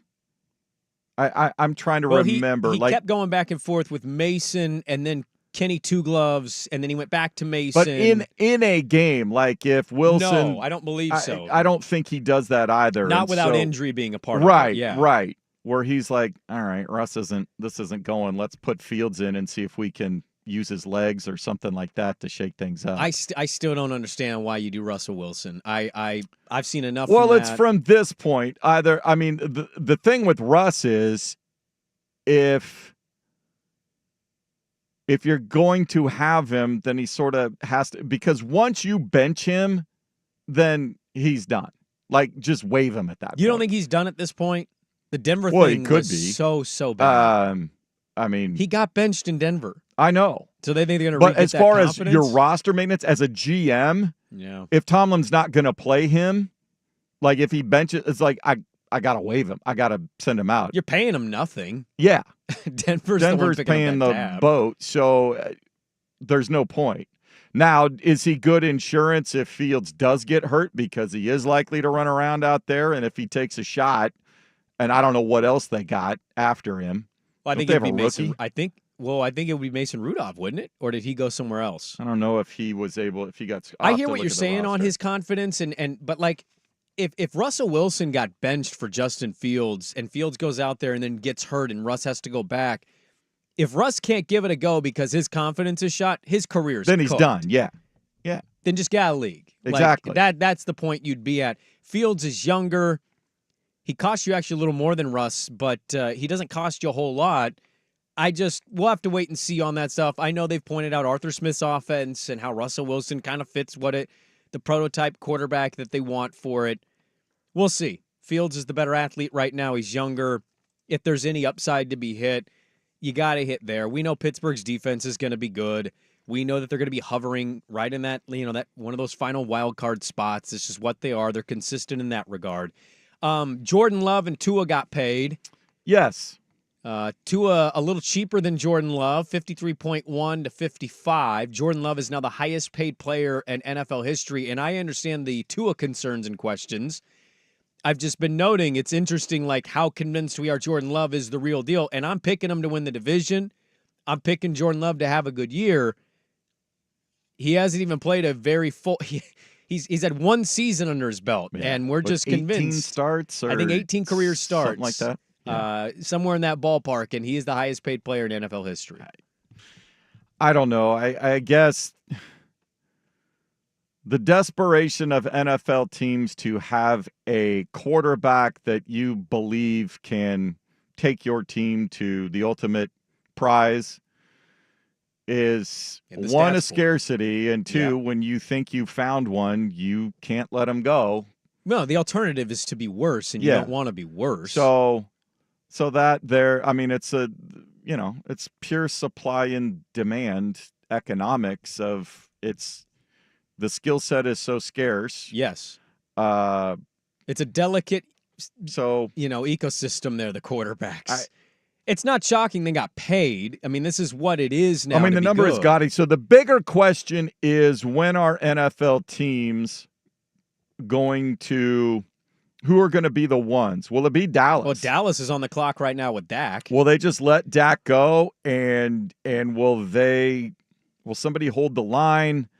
But who, I mean, like when you're talking about playoffs, will teams start to see if the Chiefs put together a couple of more with Mahomes making $40 million with his deal over the next 3 or 4 years, and they're able to keep more key pieces than other teams who have $55 and eventually $60 million quarterbacks can keep, will that be the signal to NFL owners, okay, we got to hold the line somewhere with these quarterbacks? Hold the line, and then what? You cost yourself the quarterback, and you're having to restart with a rookie that you hope is just as NFL good. Owners collude all the time. We understand that. It's not. I think the Mahomes example, it's the Brady thing. It's a one-off, man. Like, these guys are going to say, I'm taking Patrick Mahomes money. How many Jalen Brunsons exist? Well, but what he got, like a 12-year deal or a 15-year deal? I think it was a 10-year deal for half a billy. He's restructured it, I think. I think his average is somewhere in the 45 range. Okay.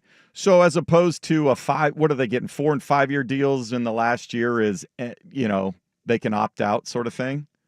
If you find the guy and you say, we want you to be here, we're going to give you 10, 12 years security, not at the highest average. That's a lot, man. Nobody's making Mahomes off the field money either. That's the underrated part of this. Like, I saw Barnwell wrote a piece on Purdy. Purdy might be in line for 5 years, $300+ million. Well, I guess this goes then back to the individual players as the dollar amount, the specific dollar amount continues to go up, and the new TV deals and the salary cap continues to go up. At what point is $45 million a year for 8-9 years enough for a guy? Didn't we say this in the 30s? We said this in the 40s. Like, at what point do you stop asking that question? That's not how this is operating. I don't know. And I don't think teams are going to be able to collude enough to say, hey, we're not paying more than $58 a year. These guys are commanding big dollar. If Dallas doesn't want to pay Dak, Dak's already basically like, hey, I see legends all the time that don't end with the team they were drafted by. Oh, yeah. He's ready to go. The reports are he'll make over $60 million a year. Yes. The question is how long a deal he will get. And you can question that all you want. At least he's given me division title or regular season success. Yeah. Like, Trevor Lawrence got $55 a year coming off of an awful season. In a certain regard, it's just stupid. It is stupid, but it's important. I also to say, have that position locked up. That's what the market. The NFL teams have to spend. There is a floor. They have to spend a certain amount of money. They do. And it's just the market. We fund this. Our fandom when it comes to the NFL is totally irrational, and we fund this. We allow this to happen. If you have a quarterback, though, that you like or is good, you're not saying don't pay the guy. No. You want him. You want that contract signed ASAP. Which quarterback of the 3 that were signed this offseason is going to have the most success? Lawrence, Love, or Tua? Because Love had the numbers. Over the duration of their contract? No, this is next season. Or just this next season? Because I think a lot of these contracts kick in the following year. Yeah. So everybody's going to get the one more year before the contract hits to go, oh, no, that's going to be 53 next year. My instincts tell me it'll be Jordan Love. I think the NFC Central is pretty weak this year. You mean the NFC North? Or NFC North. Look at you going baseball on me. It used to be the Central a long time ago, the Norris division. There you go. I'm still, you're old school. Getting the cobwebs I out. appreciate that about you. I think that's the weakest of those divisions. Okay. And I think he's got the You think most. the Packers and the Lions and the Bears, 3 of the 4 teams, is the weakest division? I think the Bears are still, they're going to be a work in progress. What about the South? Colts just lost their premier edge rusher. Shout out David Douglas on that one. We don't know what Anthony Richardson's going to be. The Texans are the hot thing, but like that isn't always a concrete. The South is pretty weak. Yeah. I think the Packers have more. What about the East? Around him. Who's good? I mean, are you sure the Jets are good? That they're going to be good? The Patriots seem like they're a disaster. And the Bills are kind of starting over at receiver. So the Bills are desperate this year. The Dolphins have at least been consistent in the regular season. They will. So I think the Packers have the most. I like the Packers a lot. Solid roster around him. Okay, that's a fair point. Quarterback's getting paid. Training camp is here. The pads are on. Everybody's getting ready. The pads are on now. So we'll see what happens. Colts suffered a massive injury. We'll dabble in a little NFL stuff as well. Coming up next, MLB trade deadline. Some wheeling and dealing going on in baseball. Get to that crunch time next on The Fan.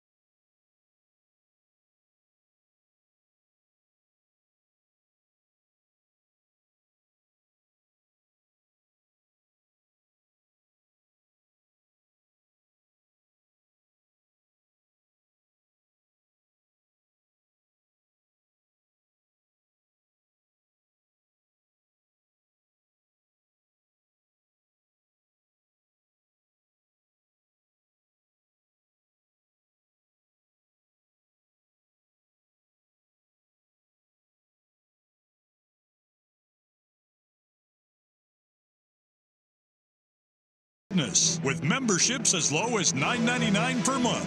Find your Crunch Time in Portland, Vancouver, and online at crunch.com. All right, it is crunch time in Major League Baseball. The trade deadline ends at 3 o'clock Pacific today. And some teams have been moving and grooving, baby, wheeling and dealing, trying to be better in Major League Baseball. I saw the Mariners got out to a 12-1 deficit yesterday against the Red Sox. Yeah, not a good outing for Logan Gilbert.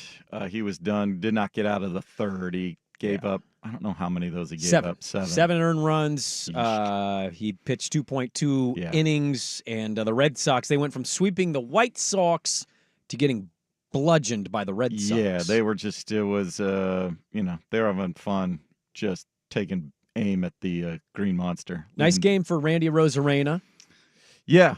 Was that his first one, or did he play in Sundays? That was his first one. Yeah. That was his so first he got a home run, and, he was out there, and we'll see. They added Turner. They did add Turner. Any life left in Justin Turner?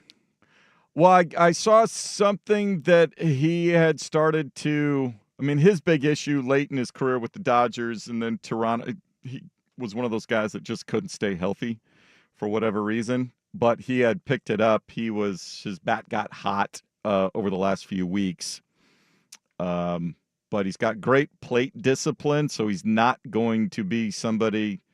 That's what they're hoping, is to cut down their strikeouts, getting some quality at bats. The Mariners tended to try to swing from their heels constantly, and I think they're either first or second in most strikeouts. Friday, going into Friday's show, Thursday night, when Arozarena was announced. By the way, Ryan Clark will join us coming up here at the top of the hour. We'll get to the mail sack. So mail sack questions need to be had at the Vancouver Ford text line, 503-864-6326. Mariner fan was pretty jacked out of their mind Friday. We talked about the Mariners getting Randy Arozarena. Schultze was super excited. Even though Arozarena wasn't having as great a year statistically, it's still a relatively big name. That's a former Rookie of the Year, an ALCS MVP. People were excited about Randy Arozarena and what he could be.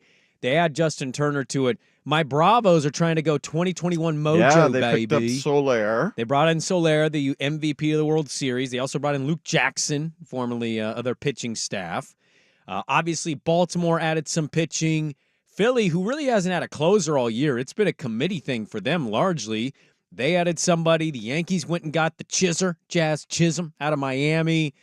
Let's see. The Brewers added pitching. Yeah, Dodgers got a reliever. Yeah, three-way trade with the Dodgers. The big and question will be, can somebody offer enough to pry Blake Snell free? The Astros got Kikuchi. They got Kikuchi. That makes them feel better. They are, they after their series right on the heels of the Mariners, and so I think they're sensing, okay, if we make one or two moves, we can pull away down the stretch. Is there one team made a move for you that changes much? Because I don't know if I've changed how I feel about the overall AL, NL stuff. I think the Yankees picking up Chisholm is a big deal, because if he can provide some protection at the top of the lineup for Soto and Judge, get on base for those guys. and that will keep teams from just being able to pitch around or try to pitch around those guys.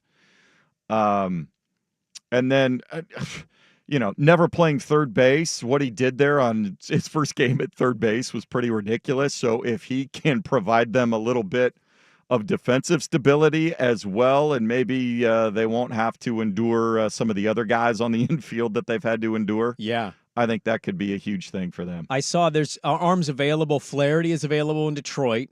He seems like a likely candidate to get moved, whether that's staying in the division of the Central with the Guardians, going to the NL to the Brewers. And then the other Braves, starting pitcher in Chicago, and his name escapes me at the moment. Give me a second here. I'll try to look it up. Young kid. I know Snell might be available. The Giants seem like they're selling off parts. Yeah, but it's going to take an offer. Yeah. You're going to they want prospects. Yeah. Finnegan, I'm trying to see. The Cubs. I don't see the one from the Cubs. Crochet. Yeah, the White Sox. Yeah, I literally rolled right past it. Yeah, there you go. So we'll see what happens there. With the White Sox, I said the Cubs. Deadline's interesting in baseball. It's not quite the basketball level, but you've got teams that have added talent, people excited about it. And does it change your fortunes a whole lot? I mean, sometimes it does if you make the right move. Keeping it somewhat hyper-local, I'll be curious to see how this works out with Houston going and getting an arm and Seattle adding offense to a lineup that desperately needs bats. Just needs them in the worst way. They do. They got to quit striking out. They got to put some big inning rallies. When they get, once you get guys on base, then, you have some guys with some punch. But if Arozarena can consistently get on base, if Turner can draw walks and get on base, they will give you some home runs eventually. But they got to quit having Julio come up and Raleigh come up with 2 outs and nobody on. Give you an idea how tough the AL East is. The Rays are third in that division. The Blue Jays are the worst. And the Rays are selling everything. They're over 500. I know. It's just like, not good enough. We're out. We're going to restart this thing again for the umpteenth time. They need poor fans. They need to finish and get their stadium. I think it's all done, but they've had really good run as a franchise. They haven't had a World Series. You talk about their player development and it's acquisition amazing. And talent evaluation and all that. But this is where it sucks, right? But you're in that division. Yeah. Yeah, you're against Juggernaut. You're in the AL Central, the NL Central. Yeah, you could probably get away with that. It's ridiculous. Ryan Clark covers the Oregon Ducks, talks Timbers. He will join us coming up next. That was Crunch Time, brought to you in the Fan by Crunch Fitness, as low as $9.99 a month. Beaverton, Aloha Division, Vancouver, multiple locations. Visit them at crunch.com. Ryan Clark, the Oregonian, joins us coming up here. Up next, Daily Ticker, top of the hour on the Fan. Who's stinking it up? Woo! Do not go in there. It's time for Who's Stinking It Up, a sports lowlight that's ripped from the headlines. We couldn't do diddly poo. Brought to you by Three Mountains Home Services. Schedule your appointment online at threemountainshome.services.com. Fly ball down into the corner. That ball hit well, and that ball is gone. Home run for Dom Smith. Yeah, tough start there. That got him to 11-1. Dave O'Brien, Nesson, Boston Red Sox. Seattle makes a move, adds a couple bats in Turner and Arozarena, but not enough yesterday in their first game against the Red Sox. Who's stinking it up? The Mariners offense last night and Logan Gilbert. Brought to you by Three Mountains Home Services. Make your home services delightful at the Pros Tackle your projects, whatever you need completed. Schedule an appointment online. Three Mountains Home Services. That's threemountainshomeservices.com. Is it time to beef up your teeth?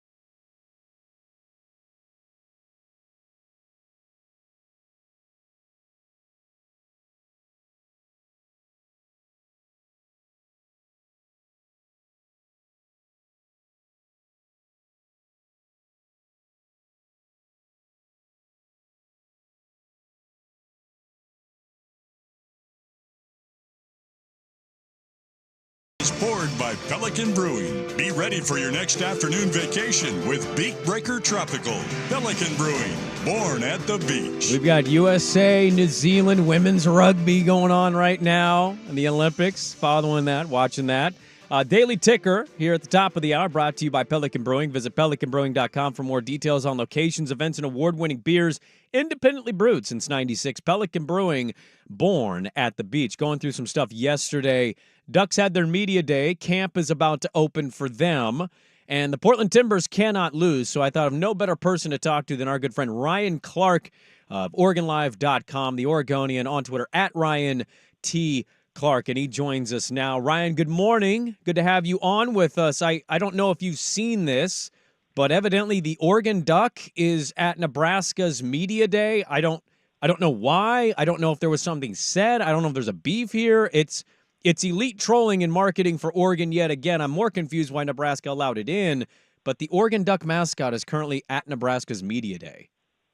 Yeah, I think the Duck sort of roams where he pleases, whether he's inflatable or not these days. So I assume that is a continuation of these sort of marketing. We could call them stunts that the Ducks have engaged in these first couple of weeks here. I don't know about you, man, but like if I was Matt Rule, I would actually be pissed that he was allowed in. I this is cute and funny and good on Twitter. You're not becoming the thing at my media day. I'm not having to answer questions about the Duck. No, and you don't want to have to answer questions about the Duck, and you probably don't want to fight the Duck either. From what I understand, the people that have been in that suit over the years have been in tremendous shape, not only from all the push-ups they've done, but just the running around they do. So I don't know if they want to fight him either. Yeah, that's a good point. It's a big beak. Media day yesterday after Big Ten Media Day, and so it's a good one for everybody locally that can't go to Indianapolis and ask the question, to get a one-on-one with Lanning and all the players, not just the three that they had at Media Day. What was your takeaway from Media Day? We talked about Kirby Smart and Georgia's offseason woes that have happened, and Dan Lanning certainly having a moment right now, kind of an underrated face of the sport, the way he's talking to people. What was your takeaway from Oregon Media Day yesterday?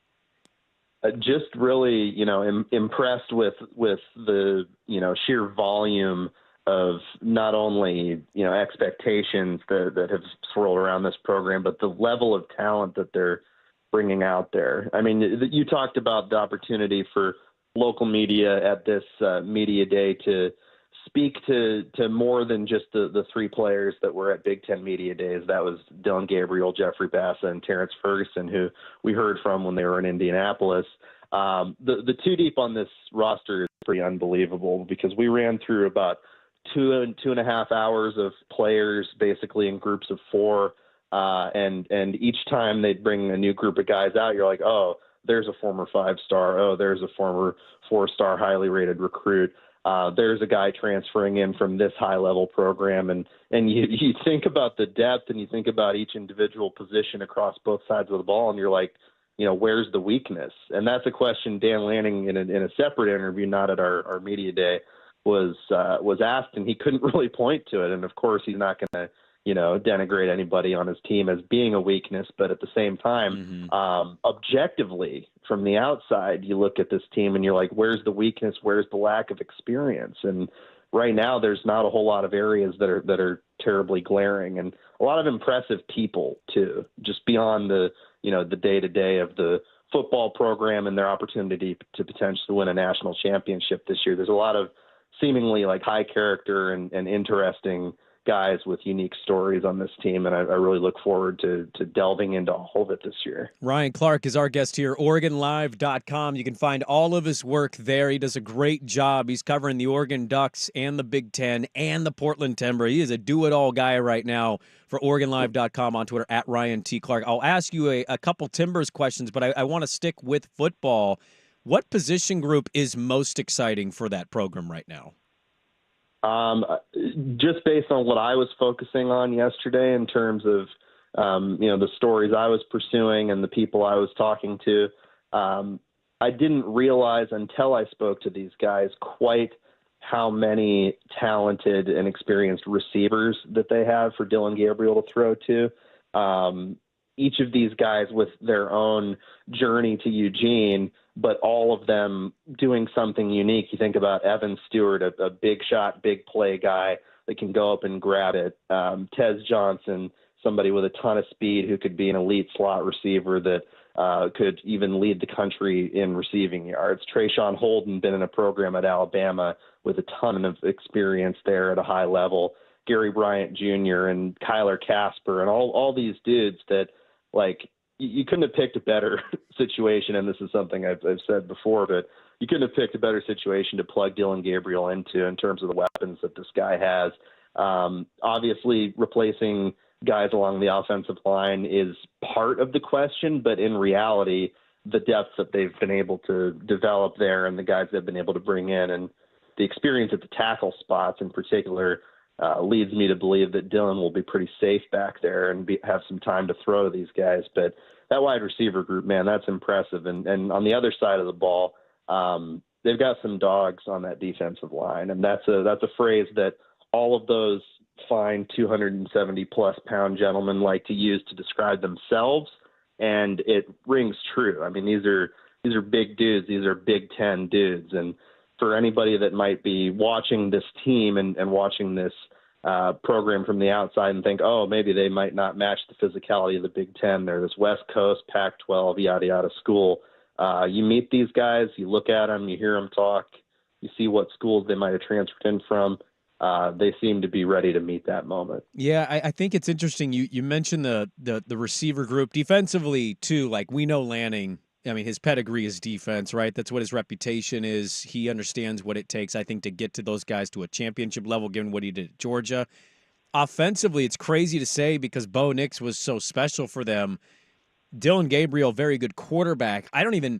Not really sure the stats necessarily need to be matching Bo in many ways, given this might be the most talented offense, a more talented offense than they had last year. And that's not something I was sure I would say at this point, considering what Bo Nix was for them, Bucky Irving. You go through the lineup, what they lose versus what's coming back or what's filling in, and it's not something I thought I would say, but like that offense probably better on paper, at least going into season. I think definitely. I mean, Dillon is a Heisman favorite for a reason. Yeah. He's a guy that has that capability with his legs that, Bo had, but not nearly to the level that Dillon does. And as you said, the weapons that Dillon is going to have to work with this season are better than last year, just in terms of sheer volume. There's guys that are going to be, fighting and scrapping for snaps that would be, stars or starters at other major programs across the country. This is how you build these sort of national championship programs, is let the cream rise to the top. And Lanning gets that. And yeah, maybe you lose a few of these guys to the portal along the way, but at the end of the day, if you're this deep and you're built out in this way on both sides of the ball, not just with, offensive playmakers, you're able to play 16, 17 games in this new, expanded playoff era and have that, long-term foundational success. Portland Timbers seem to be on fire right now. They're having a nice little run for themselves. I looked at the table setting. They're 8th right now in the West, but they've been playing substantially better football. For those of us out there, how would you explain what has happened with them? I tend to say this every year, and I'm not Mr. Soccer Sprague here, so you can correct me if I'm wrong. I seemingly feel like every year the Timbers start out slow. The fans get pissed. It's very loud. They then slowly turn it around, and then they make a push, and either they get to a good spot in the playoff or they creep into the playoff, and we feel better about them. What has changed for the Portland Timbers?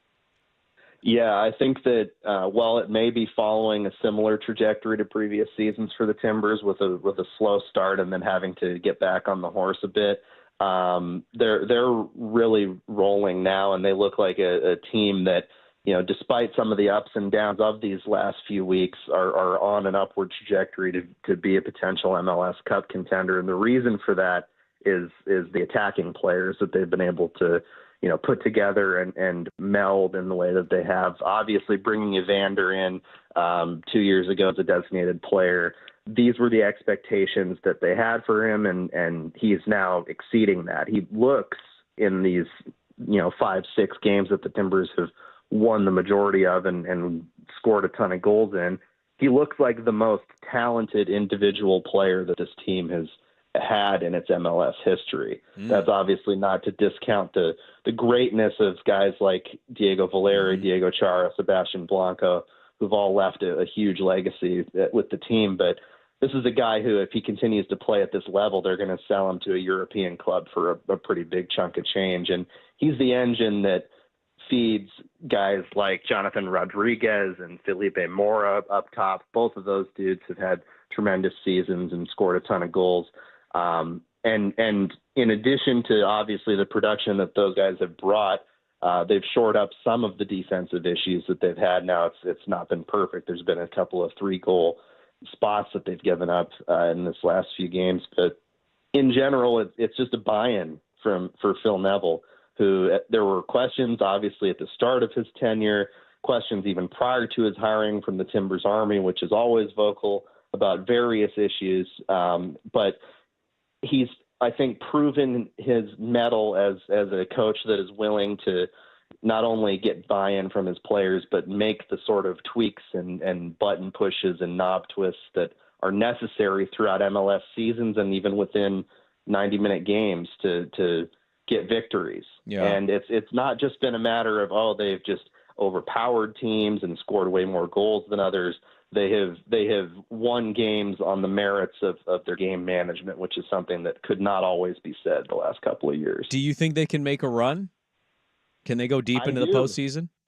I do. I think that, if things go right, if they stay healthy, if they don't revert to some old habits of being really open at the back and getting in these shootouts where they have to win 3-2 or 4-3 or whatever in a postseason matchup with a tough squad. I think that the possibility of them making a run in an MLS Western Conference that has a great deal of parity is certainly possible. Would I bet on them to be in the MLS Cup final against Messi in Miami a few months from now?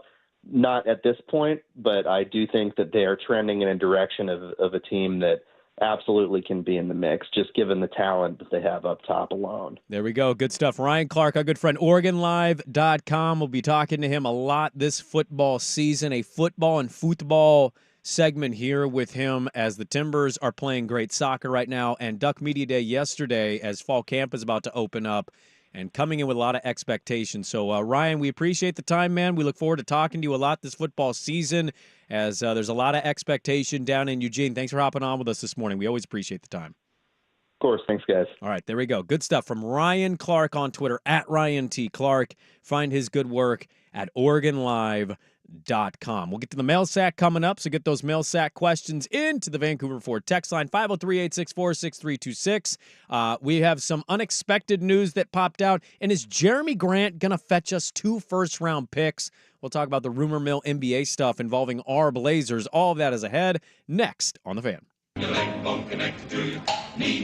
It's time for a sports injury report. The injuries and rehab that impact the success of sports teams. Why? Brought to you by Rock Orthopedic. From a health standpoint, no real update. Russ worked partially today and expect him to get going a little bit as we come off this off day. Do you expect to be able to see Russ in some team periods next week? That's what I said. There we go. Mike Tomlin at Steeler camp.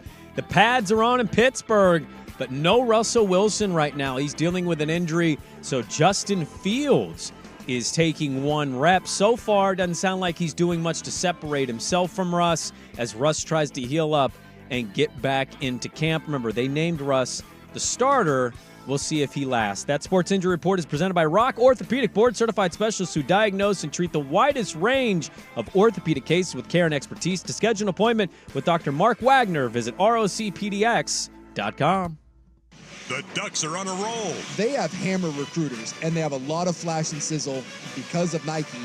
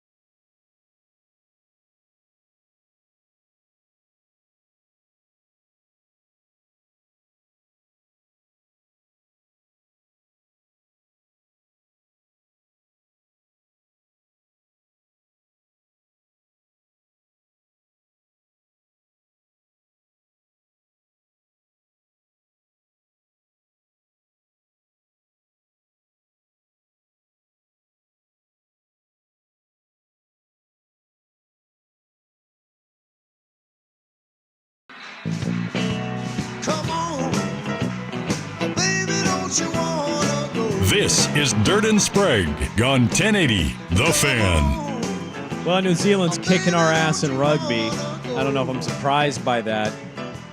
Disappointed, sure. It's 19-5 semifinals going on women's rugby. Got it on the Olympics. It's great. We will get to, is Jeremy Grant going to get the Blazers 2 first-round picks? A lot of rumor mill stuff in the NBA involving our Portland Trail Blazers. 2 local people giving 2 different thoughts, one of which was aggregated, and the other is currently being aggregated. So we'll talk about that coming up. But it is a Mail Sack Tuesday. We do the Mail Sack every Tuesday around 8:15. If we just had some good stuff from Ryan Clark on the Timbers and a lot of Oregon Duck stuff. By the way, follow up the Duck in Nebraska crashed the media day that the Nebraska Cornhuskers were having. Evidently didn't have a credential, and so got in and then was asked to leave. I don't know why, other than to get us and everybody else and their mom to talk about this. Lanning said this on what show was it? Might have been the Big Ten Network. I was watching his interview with Big Ten Network because I couldn't hear that, obviously doing the show during media day, and he said we want to do anything to piss people off. Basically, we want to take the Duck everywhere, knowing it bothers people. So Oregon is at a point now where they'll just take it all. They'll be the villain. They'll be the good guy. They'll be funny. They'll be corny. They'll be whatever you want as long as you bring them up. And the Duck crashing Nebraska Media Day, it doesn't make any sense, and yet it's going to be the talk of Media Day now in Nebraska. Yeah, and I think I get the sense Dan Lanning, he loves everything around college football. He's very college football. He appreciates all the tradition, the pageantry of it, but it doesn't affect. It doesn't. He he's doesn't so focused. care. Yes, he lets it go. He'll smile. He'll have fun with it, but he doesn't spend any time thinking about it. He's like, nope, I got practice. I got this. I got this. So he's able to find that balance where he appreciates it and go nuts. Please let me know what you're doing. I'll put my hand up if I think something crosses a line, but other than that, have at it. Let's go. He definitely is one of those dudes. He wants to be talked about and have the program talked about, but it's gonna. It doesn't keep him from focusing on what he needs to focus on. Is it gonna pop up at other media days though? We'll see. Man, can you imagine if they would have done this at Washington? The Ducks just sailgating out there in Lake Washington. I mean, if you want that thing popped with a spear at some point, you'd bring it up to to Mont Lake, you could certainly have that happen. Talked about this before, Big Ten Media Day. There are no natural rivalries other than Oregon, Washington, and the LA schools for us in the Northwest. I think these are the stunts that begin to build the animosity and hatred of one school over another, not to mention what happens when they eventually play. Let's get to the mail sack. I want to get to the Blazers stuff coming up here at the bottom of the hour. Mail sack question, you get VIP access. Do you pick Winter or Summer Olympics? That's a good question. Ooh. We may differ here. VIP access. As a media member or just as somebody going out? I'm on the red carpet, I'm Snoop Dogg, just going wherever the hell I want? However you interpret the term VIP, so you could be... I'm going to interpret that as what NBC's doing with Snoop Dogg. Okay. I think I'm going to the Summer Olympics just simply because there's so much more going on. Summer Olympics? That and look, I embrace the cold. I'm not afraid of the cold, but at the Winter Olympics, there's really only a couple of things I want to see. Sure. The Summer Olympics, there's a whole bunch of different stuff. If I'm there, it's cool.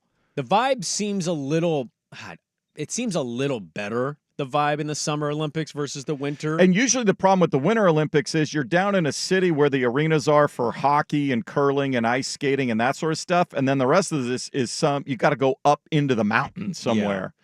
And not that stuff isn't spread out all over France because they're playing soccer and basketball in stadiums all over the country. Surfing's in but Tahiti, for God's sake. Well, yeah, but Not really big waves off the Mediterranean coast. You down don't there. say. Colin Jost got a good gig. He got a covering good that gig. I don't know who he greased at NBC, but that's a good gig. I think it would be the summer games. I think there's just Okay. more going on. All right. I thought you were going to go winter. I'm also summer. Winter, I care about. I only want to see the ice hockey, curling, and I'm getting older. I'm getting colder. I always want to Yeah. be warm. I want to go to these beautiful places. France looks so awesome Plus, right now. I don't know how much you really see. Like, if you go up to wherever the skiing venue is, you're at the base of the hill. But What seeing you- like the long jump ski people, the ski jump might be cool. that's pretty awesome. Yeah. To see a human being willing to do that, just you know, maybe going to the half of pipe being would top be three. cool. Yeah. No, I mean, I'm not saying they wouldn't be cool. I just think summer would be cooler. I I do think too. there's more going on. I think there's more partying going on late night after stuff's over. I do too. Yeah. I tend to be there. Okay, let's get to this. Last night on Primetime, they discussed events that could be included in the Dad Olympics. They included grilling the perfect steak, carrying sleeping baby up and down the stairs, perfectly edging your lawn, and negotiating down the price of a car. What other events would you think to include? I don't think negotiating down the price of a car is a very good thing, actually. I think most people are bad at it. So I Yeah. don't know if you'd find any. Edging your lawn is a good one. Yard work could be included. I would, what would I add? I would add clean There house. is the closet you shove all the stuff that It's called doesn't- my bedroom. Okay. Yeah, it's called the bedroom, and it's called closing the door. But you should see like kitchen, dishes. Yeah. Nobody puts away the dishwasher and loads the dishwasher faster than me, knowing my in-laws are about 20 minutes away. You walk into my house when they come over, you think we're the most responsibly clean people in the world, and that couldn't be further from the truth. I would add that to it. Trying to think of another good one. You need we need something with the remote control, like master, like being able to like flip back and flip forth. back and forth, Oh, I'm watch with you. two That's a games great simultaneously and avoid commercials, or Yeah. coming back, like flipping back right when the commercial ends. Yes, having good timing. Yes. I always was really good at that. Even at a young age, I was just like, hit last and boom, there's the sport. It's coming right back. That's a pretty good one. Let's see another one. I don't know. I think grocery shopping in general with men tends to go much quicker, whereas like I take my wife and she will just be going up and down every aisle, just kind of browsing and looking. And No, I'm like, I know "You don't what I'm even looking here." for. My problem is I sometimes can't find what I'm looking for because I want very specific things. Well, if grocery stores redo things, that's certainly a thing. But if you know where stuff is, in and out. I know what 9 items I need. I'm in and out. There's no debate about it. So yeah, I'd add maybe those to the Dad Olympics. Another mail sack question: would you rather have a leaked text, tasteful nudes, or every text and IM you've ever sent with no context? So rather have the leaked conversation or a tasteful nude? Maybe the wiener dog is showing. Of Maybe all of those things, we'll do the tasteful nude because I think you can laugh that off the easiest. Depending on whatever the leaked conversation or your texts are, you're not living that down ever. You never this is tasteful nudes every day of the week. You want to see my medium to small ween? Have at it. Have I at don't care. it. Whatever. I literally could not be bothered what you say about it. Yeah. You know, I'm okay being seen naked. Some of those conversations. I'm not. I'm pretty modest, and so yeah. Oh, really? Yeah. A little bit of a prude, huh? It's not for public consumption, nor should it be. I don't have much of a relationship with my neighbors. I have had multiple times I have forgotten that my wife leaves the blinds open every time in our bedroom, and I'm a walk around air dry guy out of the shower. I'm pretty confident my neighbors have seen. Oh no, they've seen it all multiple times. Like I immediately out of the shower, the towel is on while I'm still in the bathroom with the door closed. Yeah, I'll get a little dry just to get out because I don't want to be soaking wet. Yeah. I'm just saying, like, get to a point where I'm dry enough and I let the rest of me air dry. I'm a pretty big You're walk Rod around. Tidwell, naked. huh? A little bit, yeah. There's a little bit of that going on. Jerry, show me the money. I'm going to show you my ween. So it's Tasteful Nudes all day of the week. Mail sack, is it truly out of the realm of possibility Oregon State starts the season 1-4? If so, how many fans showing up to Reser for the November-October games of UNLV and San Jose State? Oh, first of all, it's a depressing question. That's a depressing question. Is it out of the realm of possibilities? No. But give me a second here. I want to bring it up. Boy, the ESPN team thing is weird now that it's a Pac-2. So you have Idaho State. Okay, so you start with Idaho State, then you're at San Diego State, then Oregon comes to town, right, and then Purdue, and they said, what, 1-4? 1-4. Then you're home against Colorado State, who I don't know where they are. I don't know where they are either. You should beat Idaho State. You better beat Idaho State. If you don't beat Idaho State, you might be 0-5, and it might get worse than that. I would think. Where's the Colorado State game? Is that in Corvallis? Colorado State is a home, so after that San should be Diego a win. State week 2, they've got 3 straight homers. The other 3 games, Purdue we'll and see. Oregon, I think you lose. Just being in the trust tree, I'll be rooting for my Beavs. Yeah.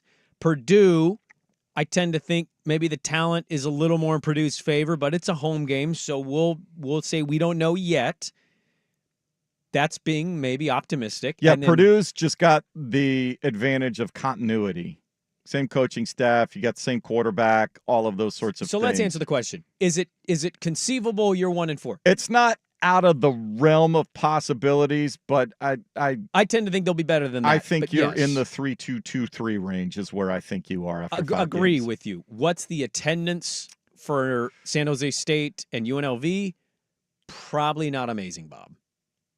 I'm also curious to see the ticket prices and how those go this year. That's going to be interesting to see what they do. Because they need the money. They got to pay for that thing. But also, is it better to have butts in the seats? I think you need butts in the seats. I do too. I think it's better to have butts in seats than say we're charging $180 a ticket for this They game. need to drill down on what they think is a reasonable, truly season ticket, people making donations, that sort of thing. Okay, how many do we need to do? Go out of your way to roll out the red carpet for them, and then whatever seats are left over, figure out what it will take to price them in the marketplace to put as many butts in that seat. We are already against it. Last one, all expenses paid trip to the Paris Olympics. What 2 events would you have to go see? This is a tough one. Single event or like if I say basketball, does that include the men and the women, or do I specifically say men's basketball versus am I women's? going to, like, if I say track and field, am I going for the whole run of track and field, or are you talking about, like, I want to be there for the 100-meter dash? Or I'm going to say track and field has to be in there for me. For me, if I could go to the whole run of track and field, it's a show.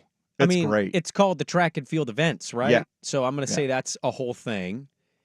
Be hard not to pick surfing because it'd be in Tahiti. But if in Paris specifically, track and field, I'm sorry, I got to go men's basketball. I'm too much of a hoops fan. I want to see him, and I think the international game has grown. A lot more talent on those teams. You watch it, Canada is just loaded, right? Jamal Murray, SGA, Dylan Brooks, like all of these teams have NBA guys on them now, so it makes the games a little more exciting. And I've always loved Team USA. Some interesting thoughts coming in of some dad Olympic stuff. Will the Blazers get 2 firsts for Jeremy Grant? Will these 2 guys be on the roster? Get to that next on the Fan. Now, from the Fan Sports Desk, a Sports Center update on 1080 The Fan. First on the Fan, the Major League trade deadline will fall at 3 o'clock Pacific time today. The Mariners added a second bat to their lineup on Monday. They acquired a veteran Justin Turner from the Blue Jays in exchange for minor league outfield prospect R.J. Schreck. Turner expected to see some time at first base as well as DH. Ty France, who was designated for assignment last week by Seattle, got picked up by the Cincinnati Reds. To Paris, day 4 of the 33rd Olympiad. Simone Biles practiced normally Monday, according to USA Gymnastics. Is expected to be a full go for tonight's women's gymnastics team final. Coco Gauff out of the women's tennis tournament, losing to Dana Vekic of Croatia in the 3rd round. Men's basketball continued this morning. Spain, an 84-77 winner over Greece, despite 27 points and 11 boards from Giannis Antetokounmpo. And Canada held off Australia 93-83. RJ Barrett leading the way with 24 points. More sports scores and stories in 30 minutes. Jason Swigard from the Fan Sports Desk. Listen live or on demand at the Odyssey app, the Fan's desktop player, or tell your smart speaker to play 1080 The Fan. Live, local, and free. No subscription.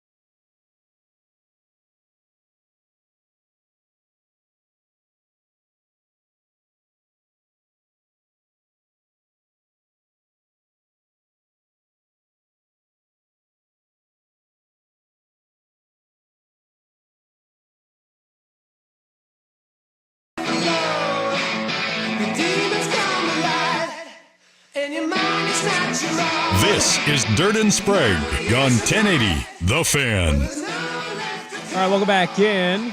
Watching a little 3-on-3 now in the Olympics in basketball. USA women against Germany. I actually haven't seen the 3-on-3s at all, so this is my first exposure to it. I'm all about 3-on-3 basketball. Yeah, it is quick. It's good for half court. Anything over threes, like a lot of people my age or your age, like you get fours and they're like, oh, we only won't half court. I got a hot take for you. Fours is too many for half court. It's threes. No, if you're playing fours, you got to run. Run full. And if now, you don't if you got to go run, find a high school court, that's fine. If you don't want to run on the NBA, you can't do half airstrip, court 4-on-4. It's ridiculous. What are we doing here? Way too Bad way too spacing. tight. Good stuff with the mail sack today. Just a couple leftovers from the Dad Olympics. How about detecting when someone touches the thermostat? Okay. That's a very good one. Some people are really good at that. I've noticed that before. Like, why is it so damn hot? Who moved the thermostat? Oh, I did. What? How come you didn't say anything? What are we doing here? Another one, knowledge test on feminine hygiene products. That'd be a good one. What aisle? Where? Oh. Pads? What are we doing? Do you know? I think that'd be a good one. And the grand prize, somebody says the grand prize for the Dad Olympics should be a $50 gift card to Home Depot. Not enough, actually. You need more than that. I don't know. You want to get anything of substance? The Trailblazers have been in the news the last couple days. Off on Monday, but I saw that one, Danny Meringue throwing out Rob Pelinka was willing to do 2 firsts, aggregate stuff from his thoughts on Jeremy Grant, the Lakers. Zach Lowe referencing Jeremy Grant Laker jersey on his podcast. And Aaron Fentress goes in Sacramento and says neither Ant nor Jeremy will be on this roster, looking to trade both of them. Now, he didn't guarantee anything, but he basically was just like, saying what we've kind of said, and it's fairly obvious. Ant wants to win, and Jeremy's the guy that you move. That doesn't make a lot of sense for them with what they are. So, do we think both Anthony Simons and Jeremy Grant, let's start there, will be on the roster for opening night? I don't think they both will. I think one of them will get moved prior to training camp. I don't know if they can move them both. Okay. Does Jeremy get us 2 first? Because I'm assuming you think it's Jeremy that gets traded before Ant. I think there will be a bigger desire for Jeremy. He's more plug and play. I think somebody looking for Ant Simons needs to have a plan for Ant Simons. I tend to agree with that because he's going to need the contract extension, whereas Jeremy has a couple more years. Yeah. I talked about this. I did a couple podcasts with the homie Mike Richmond for Locked On Blazers as a guest, and we talked about this, and I don't know why it makes any sense for the Lakers to trade 2 firsts for Jeremy Grant. I don't think he makes him that much better than what Rui is. I don't think it changes their circumstance in the West. Yeah. I'd argue he's actually not even a number 3 on a team. I'd argue he's like a number 4 on a good team. And so it's like, so the Lakers are going to win the West with LeBron, AD, Austin Reeves, and then Jeremy Grant. He also doesn't rebound. I think Jeremy Grant's a good player. I don't think he's amazing. And so it's like, if the Lakers are to do that, it's one, speaks to the desperation. It reeks of Rob Pelinka doing nothing and being desperate. But it just doesn't make sense to trade 2 firsts for Jeremy. No, I would be, if you're going to get 2 firsts for Jeremy, then I'm going to guess one of them's going to be in the mid to late 20s, not going to be a lottery pick, depending on where he goes. Well, also the Lakers, like if you get a 29 pick from the Lakers, if that's on the table right now, seems like good value to me. Well, you should get one decent first-round pick, whether it's next year or whether it's in the future. I don't think you're going to get 2 that are likely to be in the lottery. I think that's a lot. I just think it's kind of stupid management to trade 2 firsts for Jeremy Grant. I like Jeremy Grant. Yeah. I also haven't been very impressed with the tenure. Think we like him because of his cool clothes and the fact that he loves to be here. That's really awesome. But 2 firsts? Yeah, I don't know, man. It'd be great. I hope that Joe can get that. Joe can pull that off. I don't know why Pelinka would do that. I think he'd better serve to hold It's going to be hard to see, to evaluate, where he feels the market is being maximized. Well, it feels like it's the Lakers and kind of nobody else. Like who else? That's the problem if they're bidding against themselves. Now, if somebody goes down in the Olympic tournament that's key, on a contending NBA team. Sure. That changes things. Yeah. But not that we're wishing that on anybody. I'd really like them to move these guys. So Ant's the bigger one that I would want to move, because then there's no choice but for Chauncey to play Scoot and Shaden in the backcourt. He doesn't have he that's who he's playing. Yeah. I talked about this with Mike. I think it's a pivotal year for Scoot. I don't normally like to say that about second-year guys. This draft's so loaded, like, there might be a guy at his position that is remarkable, and if the lottery odds don't favor you for Cooper Flagg, if you don't ace the tank, you know, if there's a guy there that's bigger, what are you going to do? Well, I'd hope you draft him, but I think it's a pivotal year for Scoot. Me and Mike talked about this if you want to check out that pod. Sometimes it's good to be firm. All the reports say that Joe has a price and he sticks to his price, and that's the way he operates, and that's fine. Others, it's like, can you move guys and say this is good, but we also are trying to move into the next wave instead of holding on to veteran guys in a year where you clearly want to tank? Your over-under is 22.5. Yeah. They clearly are going to be bad. Yes. But playing with Jeremy and Ant, it kind of creates log jams. You need to see what you have with a lot of these young guys, like the Ryan Rupert. I don't feel great about him. You know, there's pieces here that aren't going to be here very long that you need to figure things out. So we'll see. We'll see what Joe Cronin does. We know he's not going to just force the trade. He'll be patient, and we'll see if both Ant and Jeremy are on this roster. But I think a lot of that has to depend on what they can get from the Lakers and if a team can emerge for Ant's services. We wrap it up with a couple thoughts in the football realm. A little Olympic sneak peek. That's next. Dirt and Sprague on the Fan.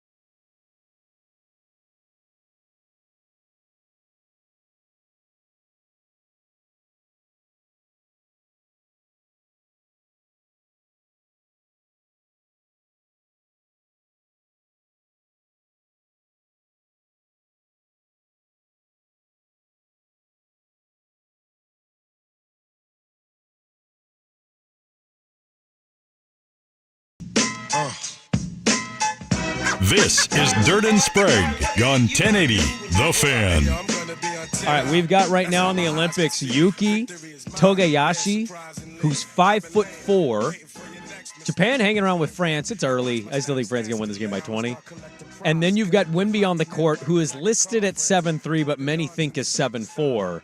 So you have quite literally a 2-foot difference between two players playing against each other in men's basketball right now.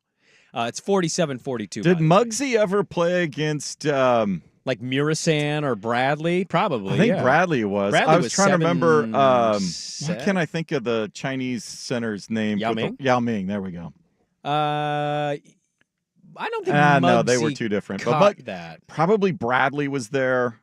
Bradley, yeah. Murasan had to have been. Yeah. And Manute maybe Bowl. Yeah, is there a Bowl. Manute Bowl Muggsy Bogues picture somewhere? Let me see if I can find one. That would be fantastic. Muggsy Bogues. Muggsy, like, biting his kneecap. Oh, they were teammates. Oh, that's right. That's right. They were in the Bullets together. 7'6" and 5'3".